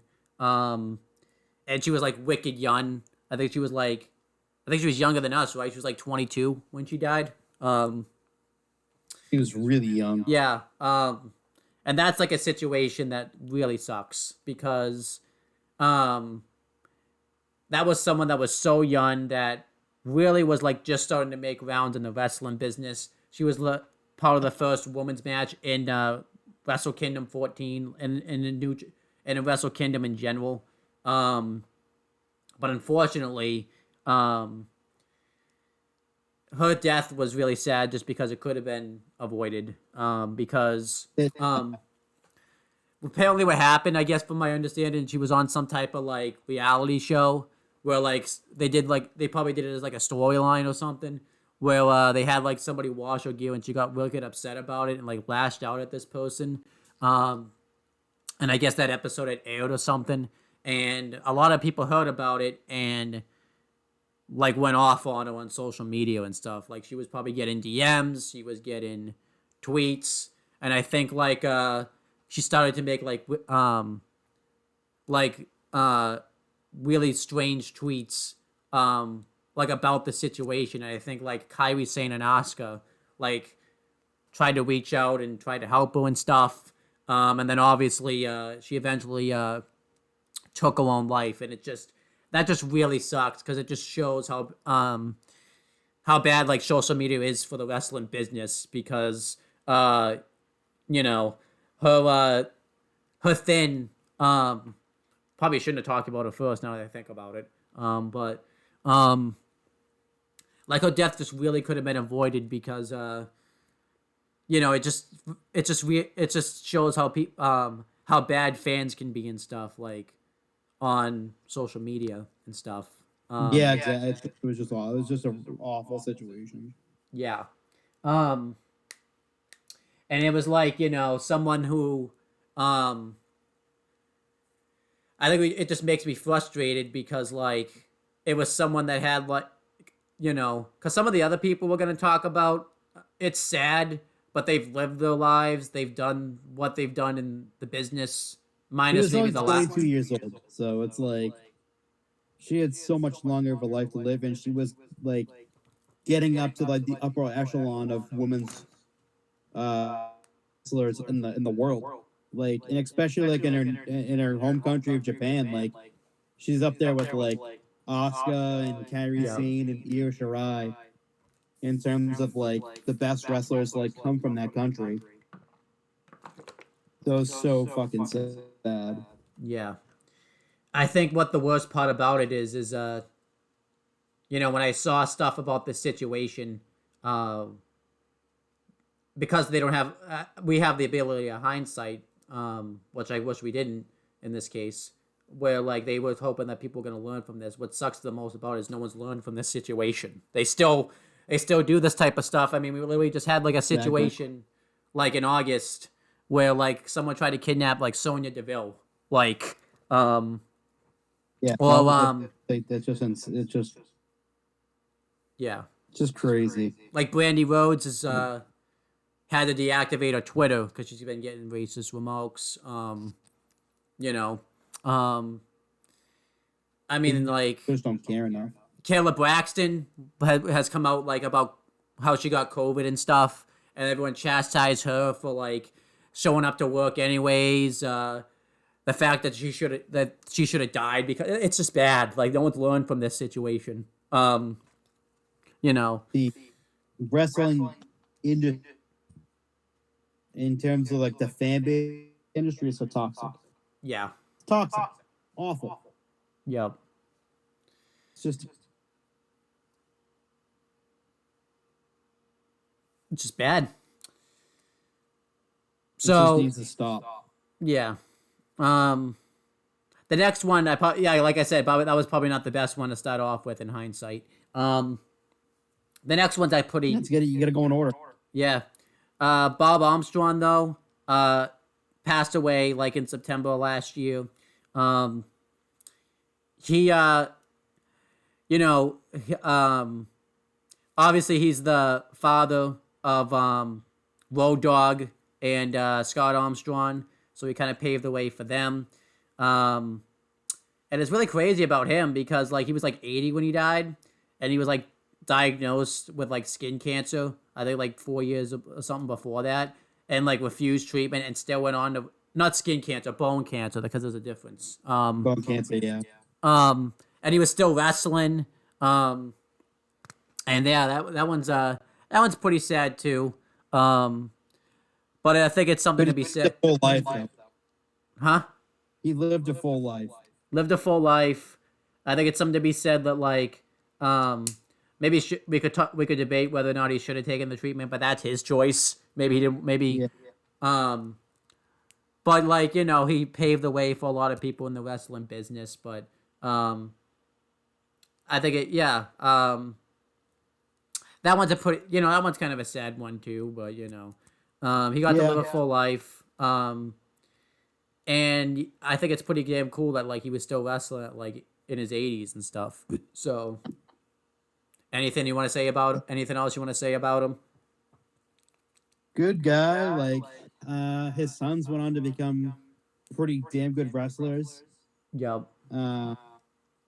Obviously, Brian, Road Dogg, Scott Armstrong. There was Steve Armstrong, who was in a pretty good tag team, and Brad Armstrong too, who passed away in 2012. He was arguably, out of all the Armstrong James family, they all say that Brad Armstrong was the best. Yeah. So it's sad, but he lived a full life. He was 80 years old. Yeah. Like you can't ask more for that. Like he was like 2 months away from turning 81. So like he lived a complete full life. He had an amazing career. Obviously, like so did his sons. Yep. You know, 4 of them were in the wrestling industry. It's a great various of success. Obviously, Road Dogg, Brian James, just was the most. He made it to the WWE, and while Brad Armstrong wrestled for WCW, but had a bunch of stupid gimmicks. Yep. Steve Armstrong teamed up with Scott Armstrong when he was a wrestler. They were a tag team for many years. Really, really good family in general. Yep. The next one is Kamala. Kamala's thing was he died in August, like a month before. I think like literally like probably exactly a month before Bob Armstrong. And they say like he had come into contact with COVID, and because he had like diabetes and other things like that, I think they said like he either fought it off but then still died anyways or something like that. But yeah, he was kind of going through the winter too because he had 2 of his legs amputated. Big 80s. Yeah, it was sad, but he had to live. When a lot of people were talking about him, I think Bret Hart like that week was on the bump, and he talked about like how he was like a really good locker room, not leader, but really good to have in the locker room. And when like him and Yeah, when he had a match with him for the WWE title, he knew like he wasn't the best wrestler in the ring, but he tried to give like the best matches possible, which a lot of people could talk about. And yeah, he definitely like I think lives a legacy. He was like one of Hulk Hogan's first challengers that he had for the WWF Championship. Um, he was Undertaker's one of Undertaker's first feuds in the company when he turned face. Yep. And we don't even though we don't like to talk about it, he was like revealed to be in the Dooms. What was the name of it? It's the Doom. What was the name of that faction again in WCW? Like it was really bad that he was. Oh, the in. Dungeon of Doom. Yeah, the Dungeon of Doom. I always said I think I had it, but I said the Doomsday, which isn't the team. Close. Yeah. You got the Doom part right. I actually think one thing I remember about him though that he really did, and I think because they're like family and stuff, is how I remember how he put over Umaga like in a huge way when Umaga was coming up the ranks on Raw. Like he just let him destroy him. Like, and like 506, like. Yeah. When he came back for that, well, he was like under like Legends contract and stuff like that, I think. Or Yep. He just made appearances, put over younger talent, like. Yeah. And that again, that goes to like the type of person that Kamala was, and that Jim Harris was. He was just a good dude. Yeah. Everyone loved him. Yeah. That one's sad too because of everything that was going on with him. Yeah. Another sad one, just because of how big of the WWE family that he was, is Howard Finkel. Oh yeah, that one was really sad. That one was really, sad. Really sad. Didn't he get released too? Like at the same time, not released. I'm sorry. Didn't he die? At the same time as the Black Wednesday. Like, wasn't it like that week or like the week before? I remember as the Black Wednesday. Yeah. That was crazy. Yeah, that one was really sad. I think we had heard kind of that he was not in good health because I think because we would hear news stories about like how he was kind of in assisted living and he was kind of not doing the best. Stroke in 2019. Yeah, and he was just like not doing well since then. Yeah. Obviously, we'll remember that famous voice that he had when he would make ring announcers. He was basically on like every WrestleMania up until like his health issues started to take a toll on him. He was on Legends House. I mean, pretty much if you just go through like the old school WWE and stuff, you'll hear his voice pretty much. He's been a lot of fantastic moments. I like how they paid tribute to him in the greatest wrestling match ever when they had him do like the ring announcing, like that use his cool. recording in the greatest wrestling match ever. And then it's really sad to think because I don't know how a lot of people like the Legends House show, but it's really sad because that was kind of like, in a sense, like the last time probably like Piper, Fink, Mean Gene Okerlund, and like Hacksaw Jim Duggan and a lot of those people that Pat Patterson like really got to like spend time together and stuff, and really that's the last big thing they did like in the wrestling industry and stuff, like the last thing they really recorded and stuff. Yep. So it is crazy to think like that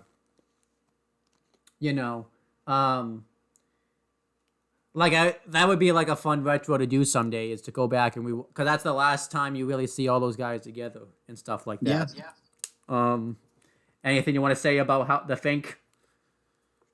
Great ring announcer. The face of WWE ring announcing, pretty much. Yeah. Just a great dude. Tragic loss. Yeah. I probably should have put him earlier, but Zeus. I know he passed away. I think because I didn't know. I forgot. I had to go. I forgot like exactly who had passed away, and I forgot he was on the list. His situation is crazy because he like came into contact with COVID-19, and then he like fought it off, and then he like missed because he was doing filming for a movie, and he missed like like several dates, which they said wasn't like him. He missed a Zoom appearance that he was supposed to do, and then he was just found dead by somebody, like in his hotel and stuff, at his house. He was like 69 years old though. Look, I know we're not gonna have the greatest memories of Zeus because he basically was brought in to sell a pay-per-view, and he was brought in because they wanted to build interest for the movie with Hogan and him, where it's so hilarious that they basically took that fictional movie and had a real wrestling match out of it. But it is what it is. He got to really be a wrestler, and he knew he wasn't a wrestler, but he did what was asked of him. Exactly. Yeah, I mean, like, I don't really know what else to say because, like, that's like the biggest thing that he did in the wrestling business. I'm surprised he didn't go into like the Hall of Fame, at least under the celebrity when they still had him alive. I remember he shot like a commercial. I think it was like in 2015 or something, in the Zeus character, but I don't remember the commercial. What do you remember about Zeus? He was in Friday. Yeah. Hilarious comedy movie with Ice Cube. It's just funny. That's a fucking movie. If you've never seen it, which I had out, but like if you haven't seen it, watch it. It's fucking hilarious. Yeah. But other than that, like, he got to wrestle, I guess. Like, I don't, it was just sell a movie, but that's fine. It was served a point. Yeah. Then we have okay, now the next four are like the wicked sad ones now. So is there anyone else that you like? I'm not gonna have here, that you want to talk about because I feel like the next four I don't think will be topped. Yeah, I can't think of any off the top of my head. So who? I can't really think of any off the top. We have Pat Patterson. Yeah, this one's obviously wicked sad. He basically had a liver failure, which caused his death.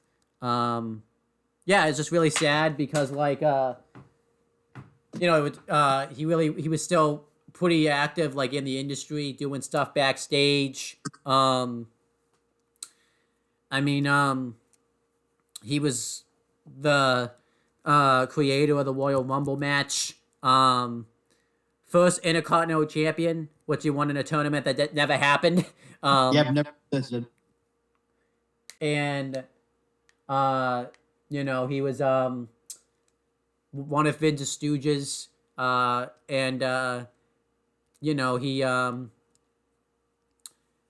last thing he really did like on screen again was probably when he came out in Legends House.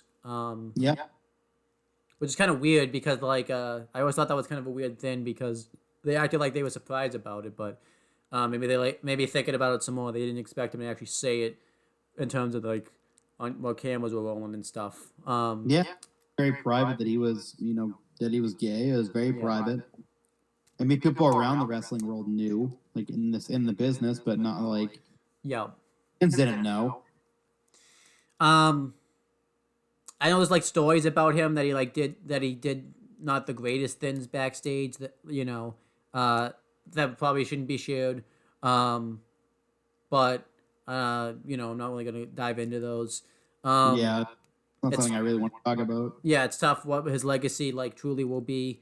But it's tough because like you don't want to obviously talk about you want to talk about the good things, but you don't want to like lie and say like they were the best person ever because people really wasn't.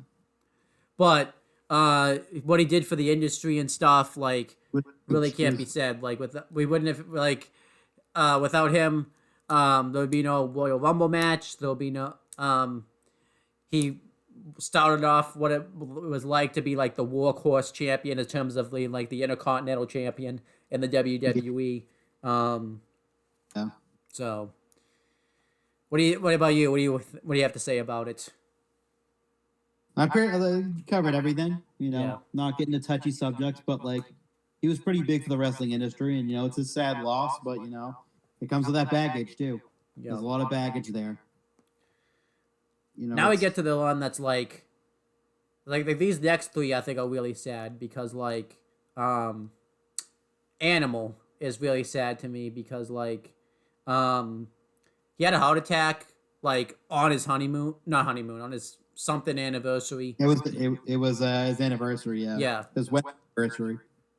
Like that weekend, and it's sad because like I don't know, I don't think you watch this YouTube channel and stuff. You probably know the news site though if you like read it. It's Sportskeeda Wrestling, and they have like shows that they do on their YouTube channel. They have one now where like somebody will like, I forget what it's called, but he'll just read questions and Animal was on it. They literally had just launched a show where like Animal and somebody else was reviewing Raw, and I'm on, and it's like late September, and it just makes me sad because I'm like, in a month he's gonna die. like it's crazy to think he was like, it wasn't like he was like inactive. Like he was making like podcast appearances like a month before this and stuff too. Like yeah, so they can sneak up on you. Yeah.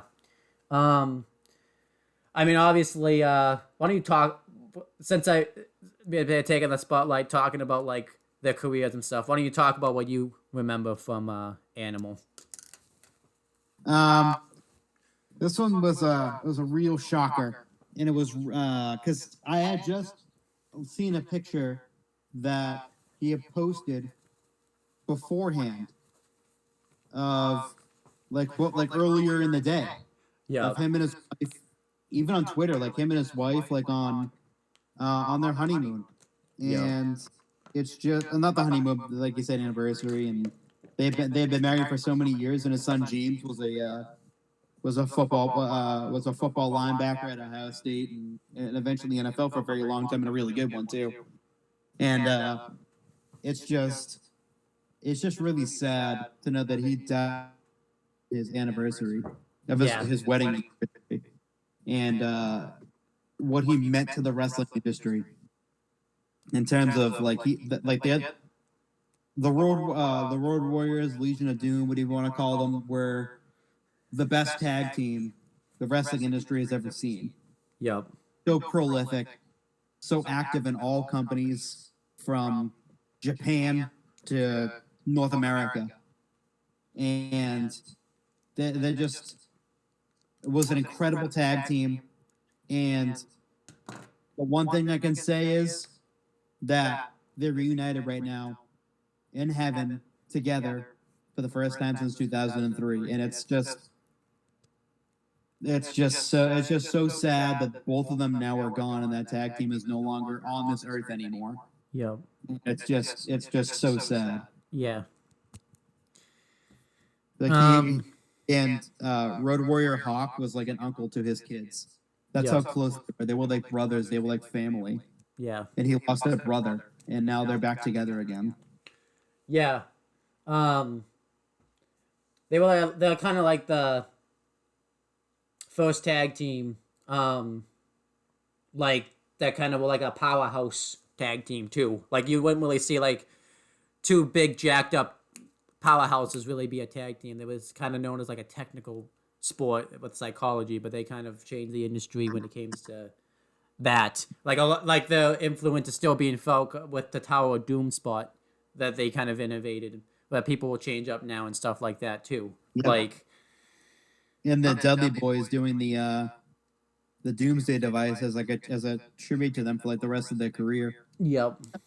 There's a tribute to Hawk and a tribute to the Road Warriors tag team finisher, which was really cool. Yeah.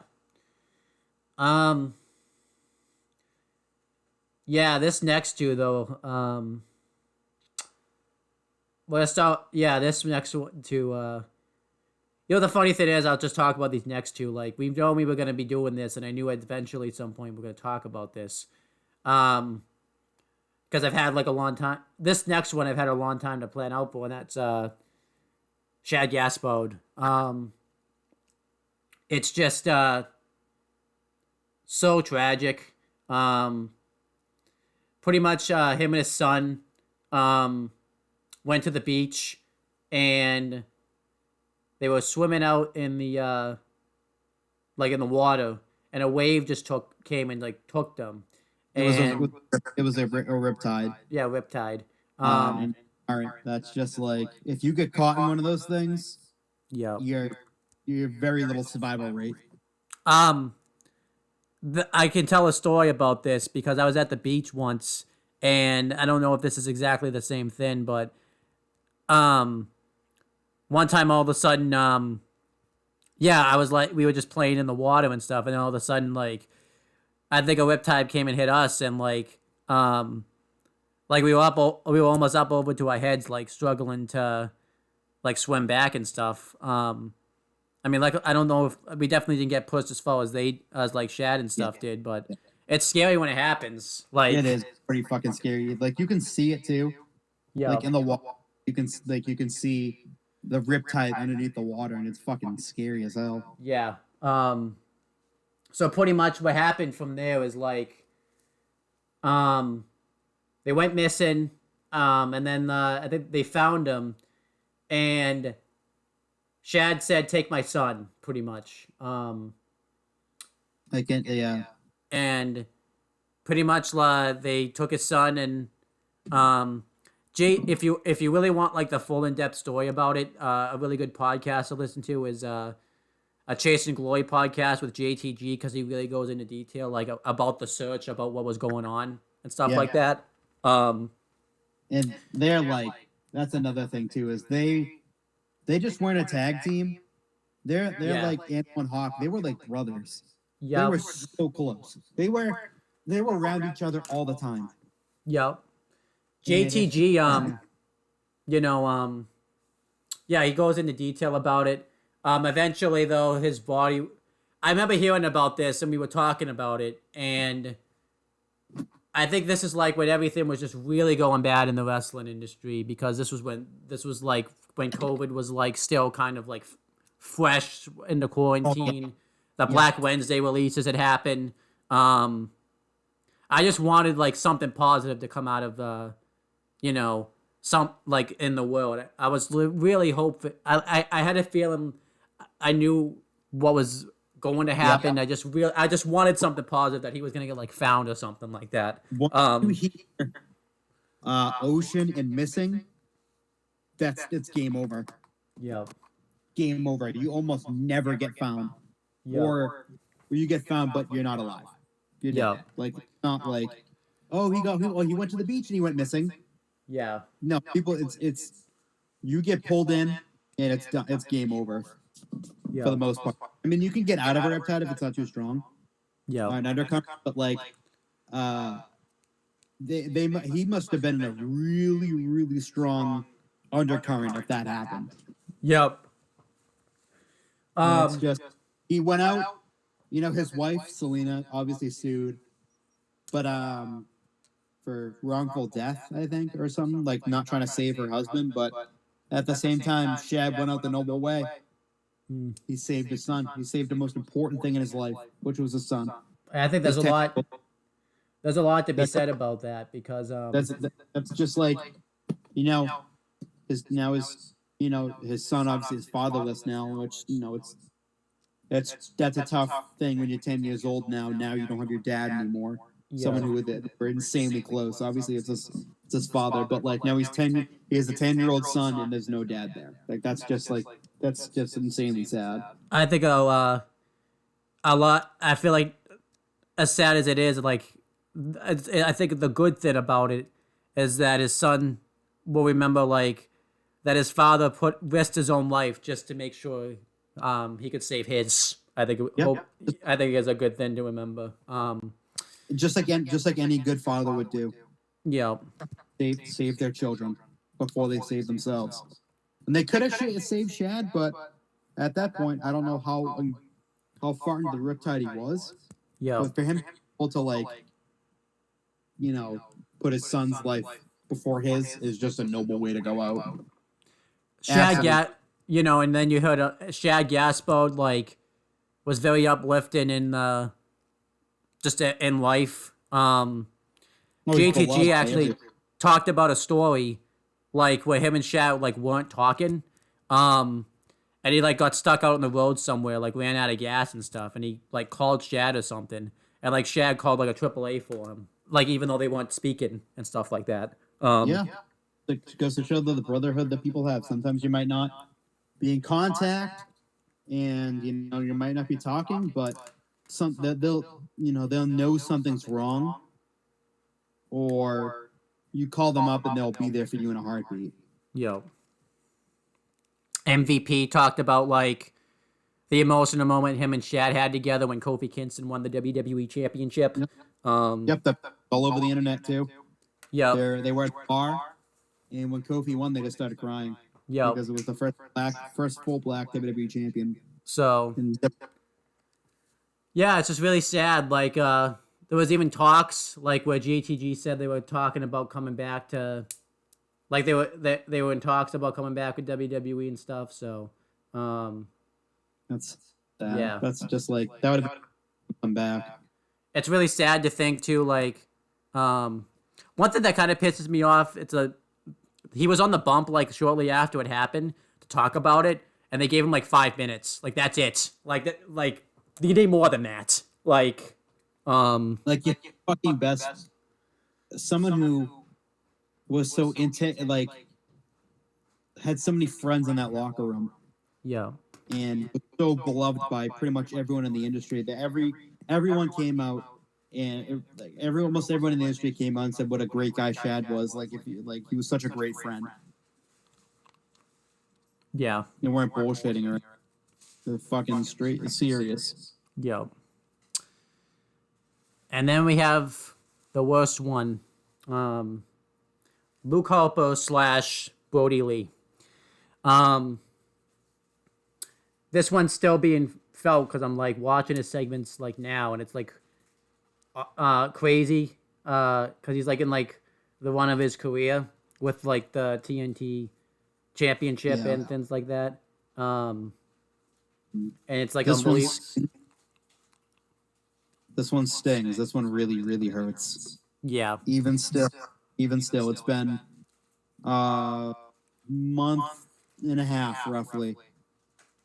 And not even been 2 months yet, and it still hurts.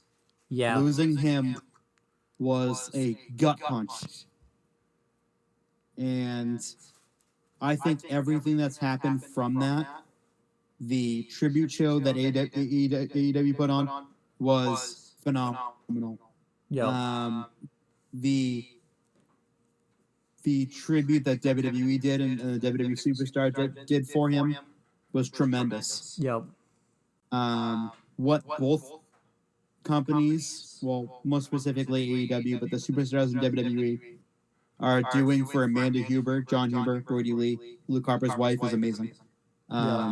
They signed Brody Huber to a contract that goes into effect when he's 18 years old. If he so chooses to be in the wrestling industry, by then he's only 8 years old now. But, in 10 years when he's 18, if he so chooses to be a professional wrestler, and AEW is around, which I think it will be,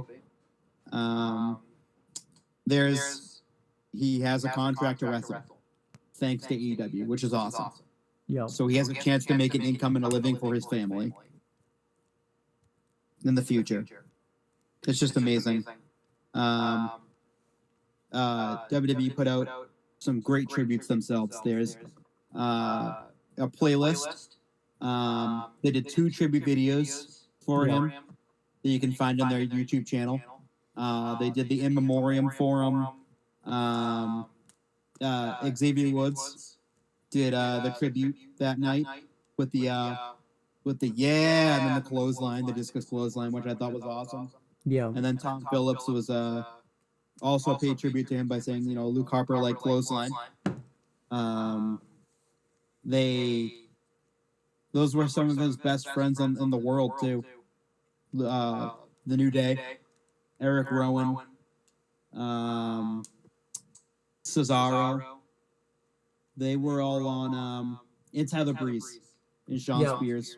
But like the WWE guys like Rowan, The New Day, Cesaro, and Tyler Breeze had a podcast, the New Day podcast, which is uploaded onto the WWE Network, where it was just those guys just talking about their times that they had with Brody and how amazing of a human being he was, and still his impact is still being felt to this day.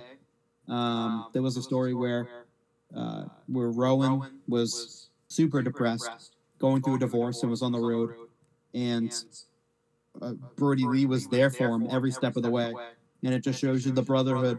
And at the end of the day, that those two men had, that he was there for him in that difficult time, and it's just a brotherhood that he had, and everyone was so close with him in that locker room, and it's just his life was tragically cut short at 41 years old. Still had so much to live for, and it's just what happened to him is just so tragic and just so incredibly sad. Like I miss him to this day. Yeah. Same. Every time I think about him, it just feels weird saying that he died, because it just doesn't. I can't even comprehend it still that he's not here anymore. It's like it's one of those things where I've watched him the majority of his career, and once he got to WWE, I was just so happy, and he went on to do big things in WWE. Yeah. Multiple time tag team champion, intercontinental champion, put him on a nationwide stage. WWE did, and they focused. They made him the focal point of their tag team division with Rowan and with the Wyatt family, and just he'll never be forgotten, ever, ever, because even at the Royal Rumble, they paid another tribute to him by all of his gimmicks. Mr. Brody Lee, Luke Harper, and Jonathan Huber, the Man, were all on the New Day's gear that night. That was being I think up for auction, and all the money was going to the Huber family. So that's just another amazing thing that the New Day and WWE did, and it's just so tragic. There's a thing here, about like I think I'll just post it in the comments or something, or in the description box. It's just too long. That's like day by day about what Amanda was going through, that she said on her. This is not someone who made up this account. This is Amanda herself, with word for word. What's in that No DQ article is what she said on a podcast. And I'll briefly touch upon it, but in October he had the match. He was on doing a Peloton, which is he's exercising, and he couldn't get through it. He was having shortness of breath. He was struggling to get through it. He's it was a bit odd, a bit concerning, but he just competed in a match, so he went and did it again, and the same thing happened. So it was starting to concern him, and he went to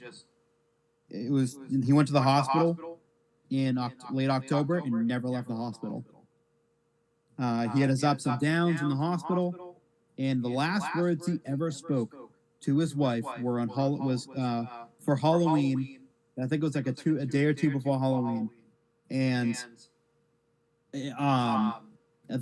little Brody wanted to be Orange Cassidy for Halloween, and they were at the hospital. Amanda was at the hospital with her husband, and they were talking about the Halloween plans and whatnot, and Amanda didn't want him to be Orange Cassidy. She wanted him to be, I think, his dad. I think is what she wanted him to be, Brody Lee. And the last words out of his mouth were, "Get the kid the fucking jacket." And Amanda went and got a little Brody the jacket, and he was Orange Cassidy for Halloween. Those are the last words that Brody Lee, Jonathan Huber, ever spoke. And it goes to show you how much he loved his family and loved his kids. And it's crazy. The last words out of his mouth were directed towards his child. Like his son wanted to be Orange Cassidy. So dad stepped in and was like, get him the fucking jacket. And she got him the jacket. And we find out later on, late November, wasn't in good health at all.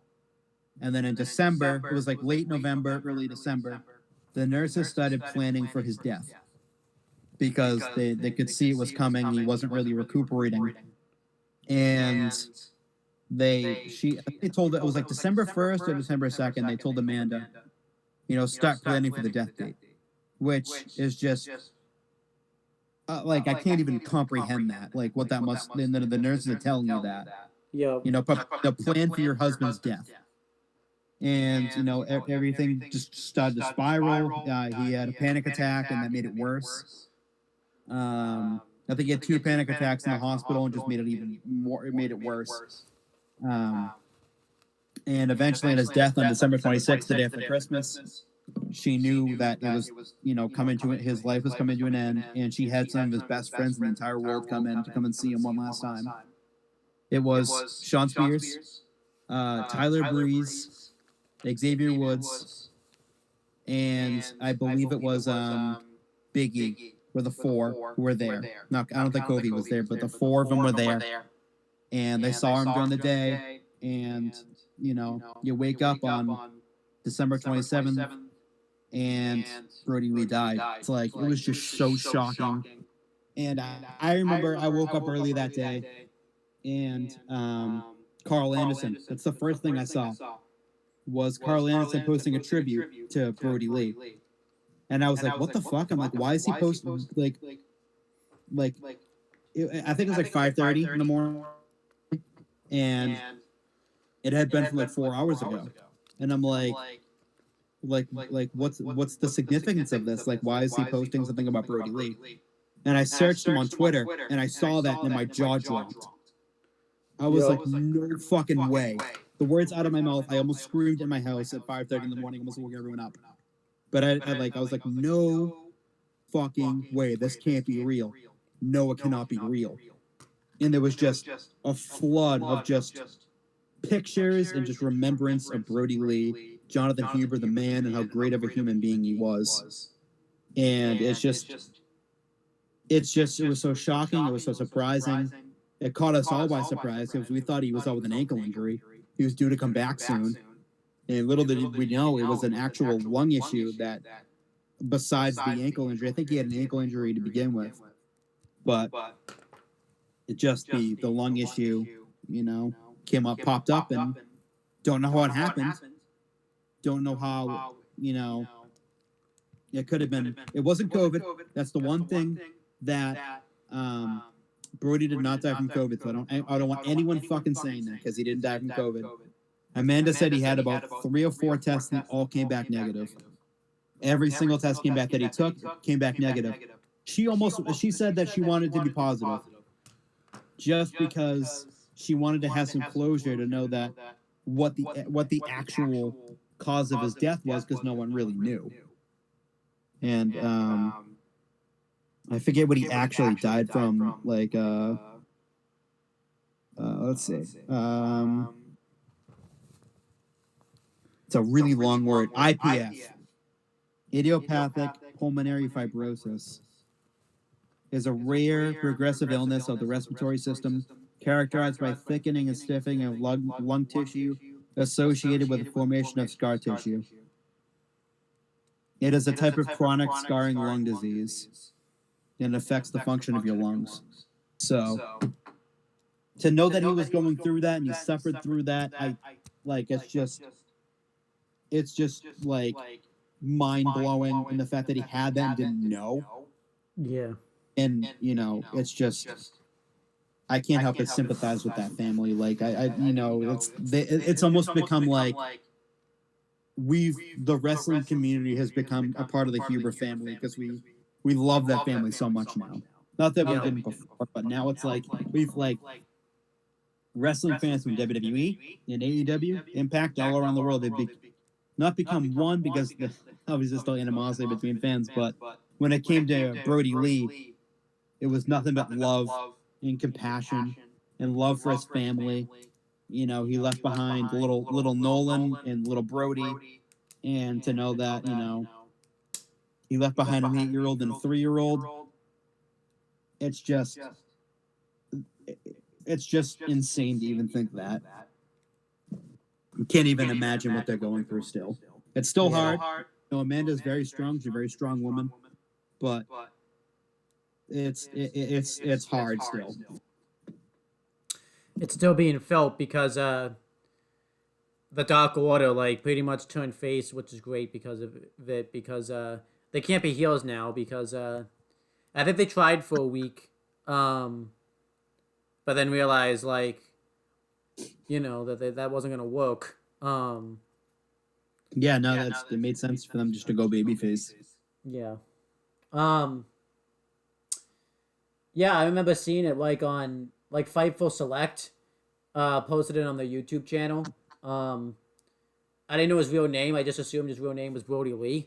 So I didn't really understand it, but then I saw all the comments and posts and stuff were posting about his death, and it was just crazy. One thing I definitely want to do is when I actually get to that match that he has with Cody and stuff. I want to do one of the things I want to talk about is things we missed in 2020 and stuff. Is the last one of his career when he shows up in AEW and up until that match. Yeah. There's not that many matches too. There's I think there's 12 matches or something like that. Yeah. There's his introduction, the feud with Mox, and then the feud with Cody. I'd still want to talk about it though, just because it was just final one of his career. Yeah, it really is sad. But you can see now everyone knows why we saved this topic until the end. Especially him, he was younger than all of them. He was 41 years old, and no, Hannah Kimura was the youngest one. Yeah. Yeah. She's 22, but she's 41 years old, and he lived a full life. Yeah. At 41 years old, doing what he loved doing, and to if you listen to every single one of them, the one thing that Brody Lee, Luke Harper, Jonathan Huber was proud of the most was being a dad. He loved being a dad, and one of the best stories. I was after the tribute show when Cody was doing the podcast with Tony Schiavone. Yep. And he even said Cody said that after every show he always wanted to get out of there as fast as he possibly could so he could be home to see his kids go to bed or to see him in the morning. If that doesn't show you the type of person that he is and the type of father that he is, then I don't know what does. Yeah. Because he always wanted to be home with his wife and kids. Always. And that just goes to show you what type of awesome human being he is. You look at John, you look at him, and he looks intimidating. His big bushy beard, he's fucking tall, he's a fucking giant. He's fucking huge. Big bushy beard. He's tall. He's a big guy. You would think he was a mean person, but he is the exact opposite of the way that he looks. Yeah, he is just the kindest, sweetest man, in wrestling history. He is just anytime that I think it was during the dog collar match. Cody, before, was trying to play a prank on him, and because he was digging into family history and stuff, and Cody was perfectly fine with it, and Cody played a prank on him that said that he was not appreciative of him bringing up his family and whatnot, and Brody felt so bad about doing that, and Cody, he felt he saw Brody getting upset. He's it's all right. He's it's not. I'm just playing a prank on you. It's okay. It just goes to show you that type of compassion that he had. Yep. That he didn't want to hurt anyone. He didn't want to cross the boundaries. unless if it was okay and approved, he would do it. But other than that, he wouldn't take liberties with anyone. And his impact is being felt, and he's missed to this day. Yeah, absolutely. So yeah, that's you can see why we did that one first, because it's because of the Brody Lee one. Actually, we did this topic first. Yeah. Because we wanted to talk about it, and we had to wait so long to talk about it. If you want to know what the next topic will be, I'll just announce it now. Even though we're gonna do the retro on it, we should still give like quick thoughts about it. Want to talk about WrestleMania 36. We're still gonna do the retro on it to give like a more in detailed interview. But this is gonna be like sort of like our perceptions of the show and stuff like that, and like what we think about it now and stuff like that. Like hindsight. Yeah, kind of, because since we didn't like talk about it, we're still gonna do the retro if you want like a more in-depth analysis on it. This is just a quick little what we liked, what we didn't like, and stuff like that. But like as opposed to the actual in-depth analysis of the matches and where the superstars would go on, that's it. That's the retro review series, something that you should tune into if you want to see it. Yeah, we'll probably try to do this one, do the Aftershock corner one of it first. Yeah, that makes sense because yeah. But yeah, that's pretty much it, guys. For things we things we missed in 2020. So yeah, that's pretty much it, guys. We did an over 3-hour show, which is very rare when Chris is on. But like we literally just talked about, like, because we waited so long to do this.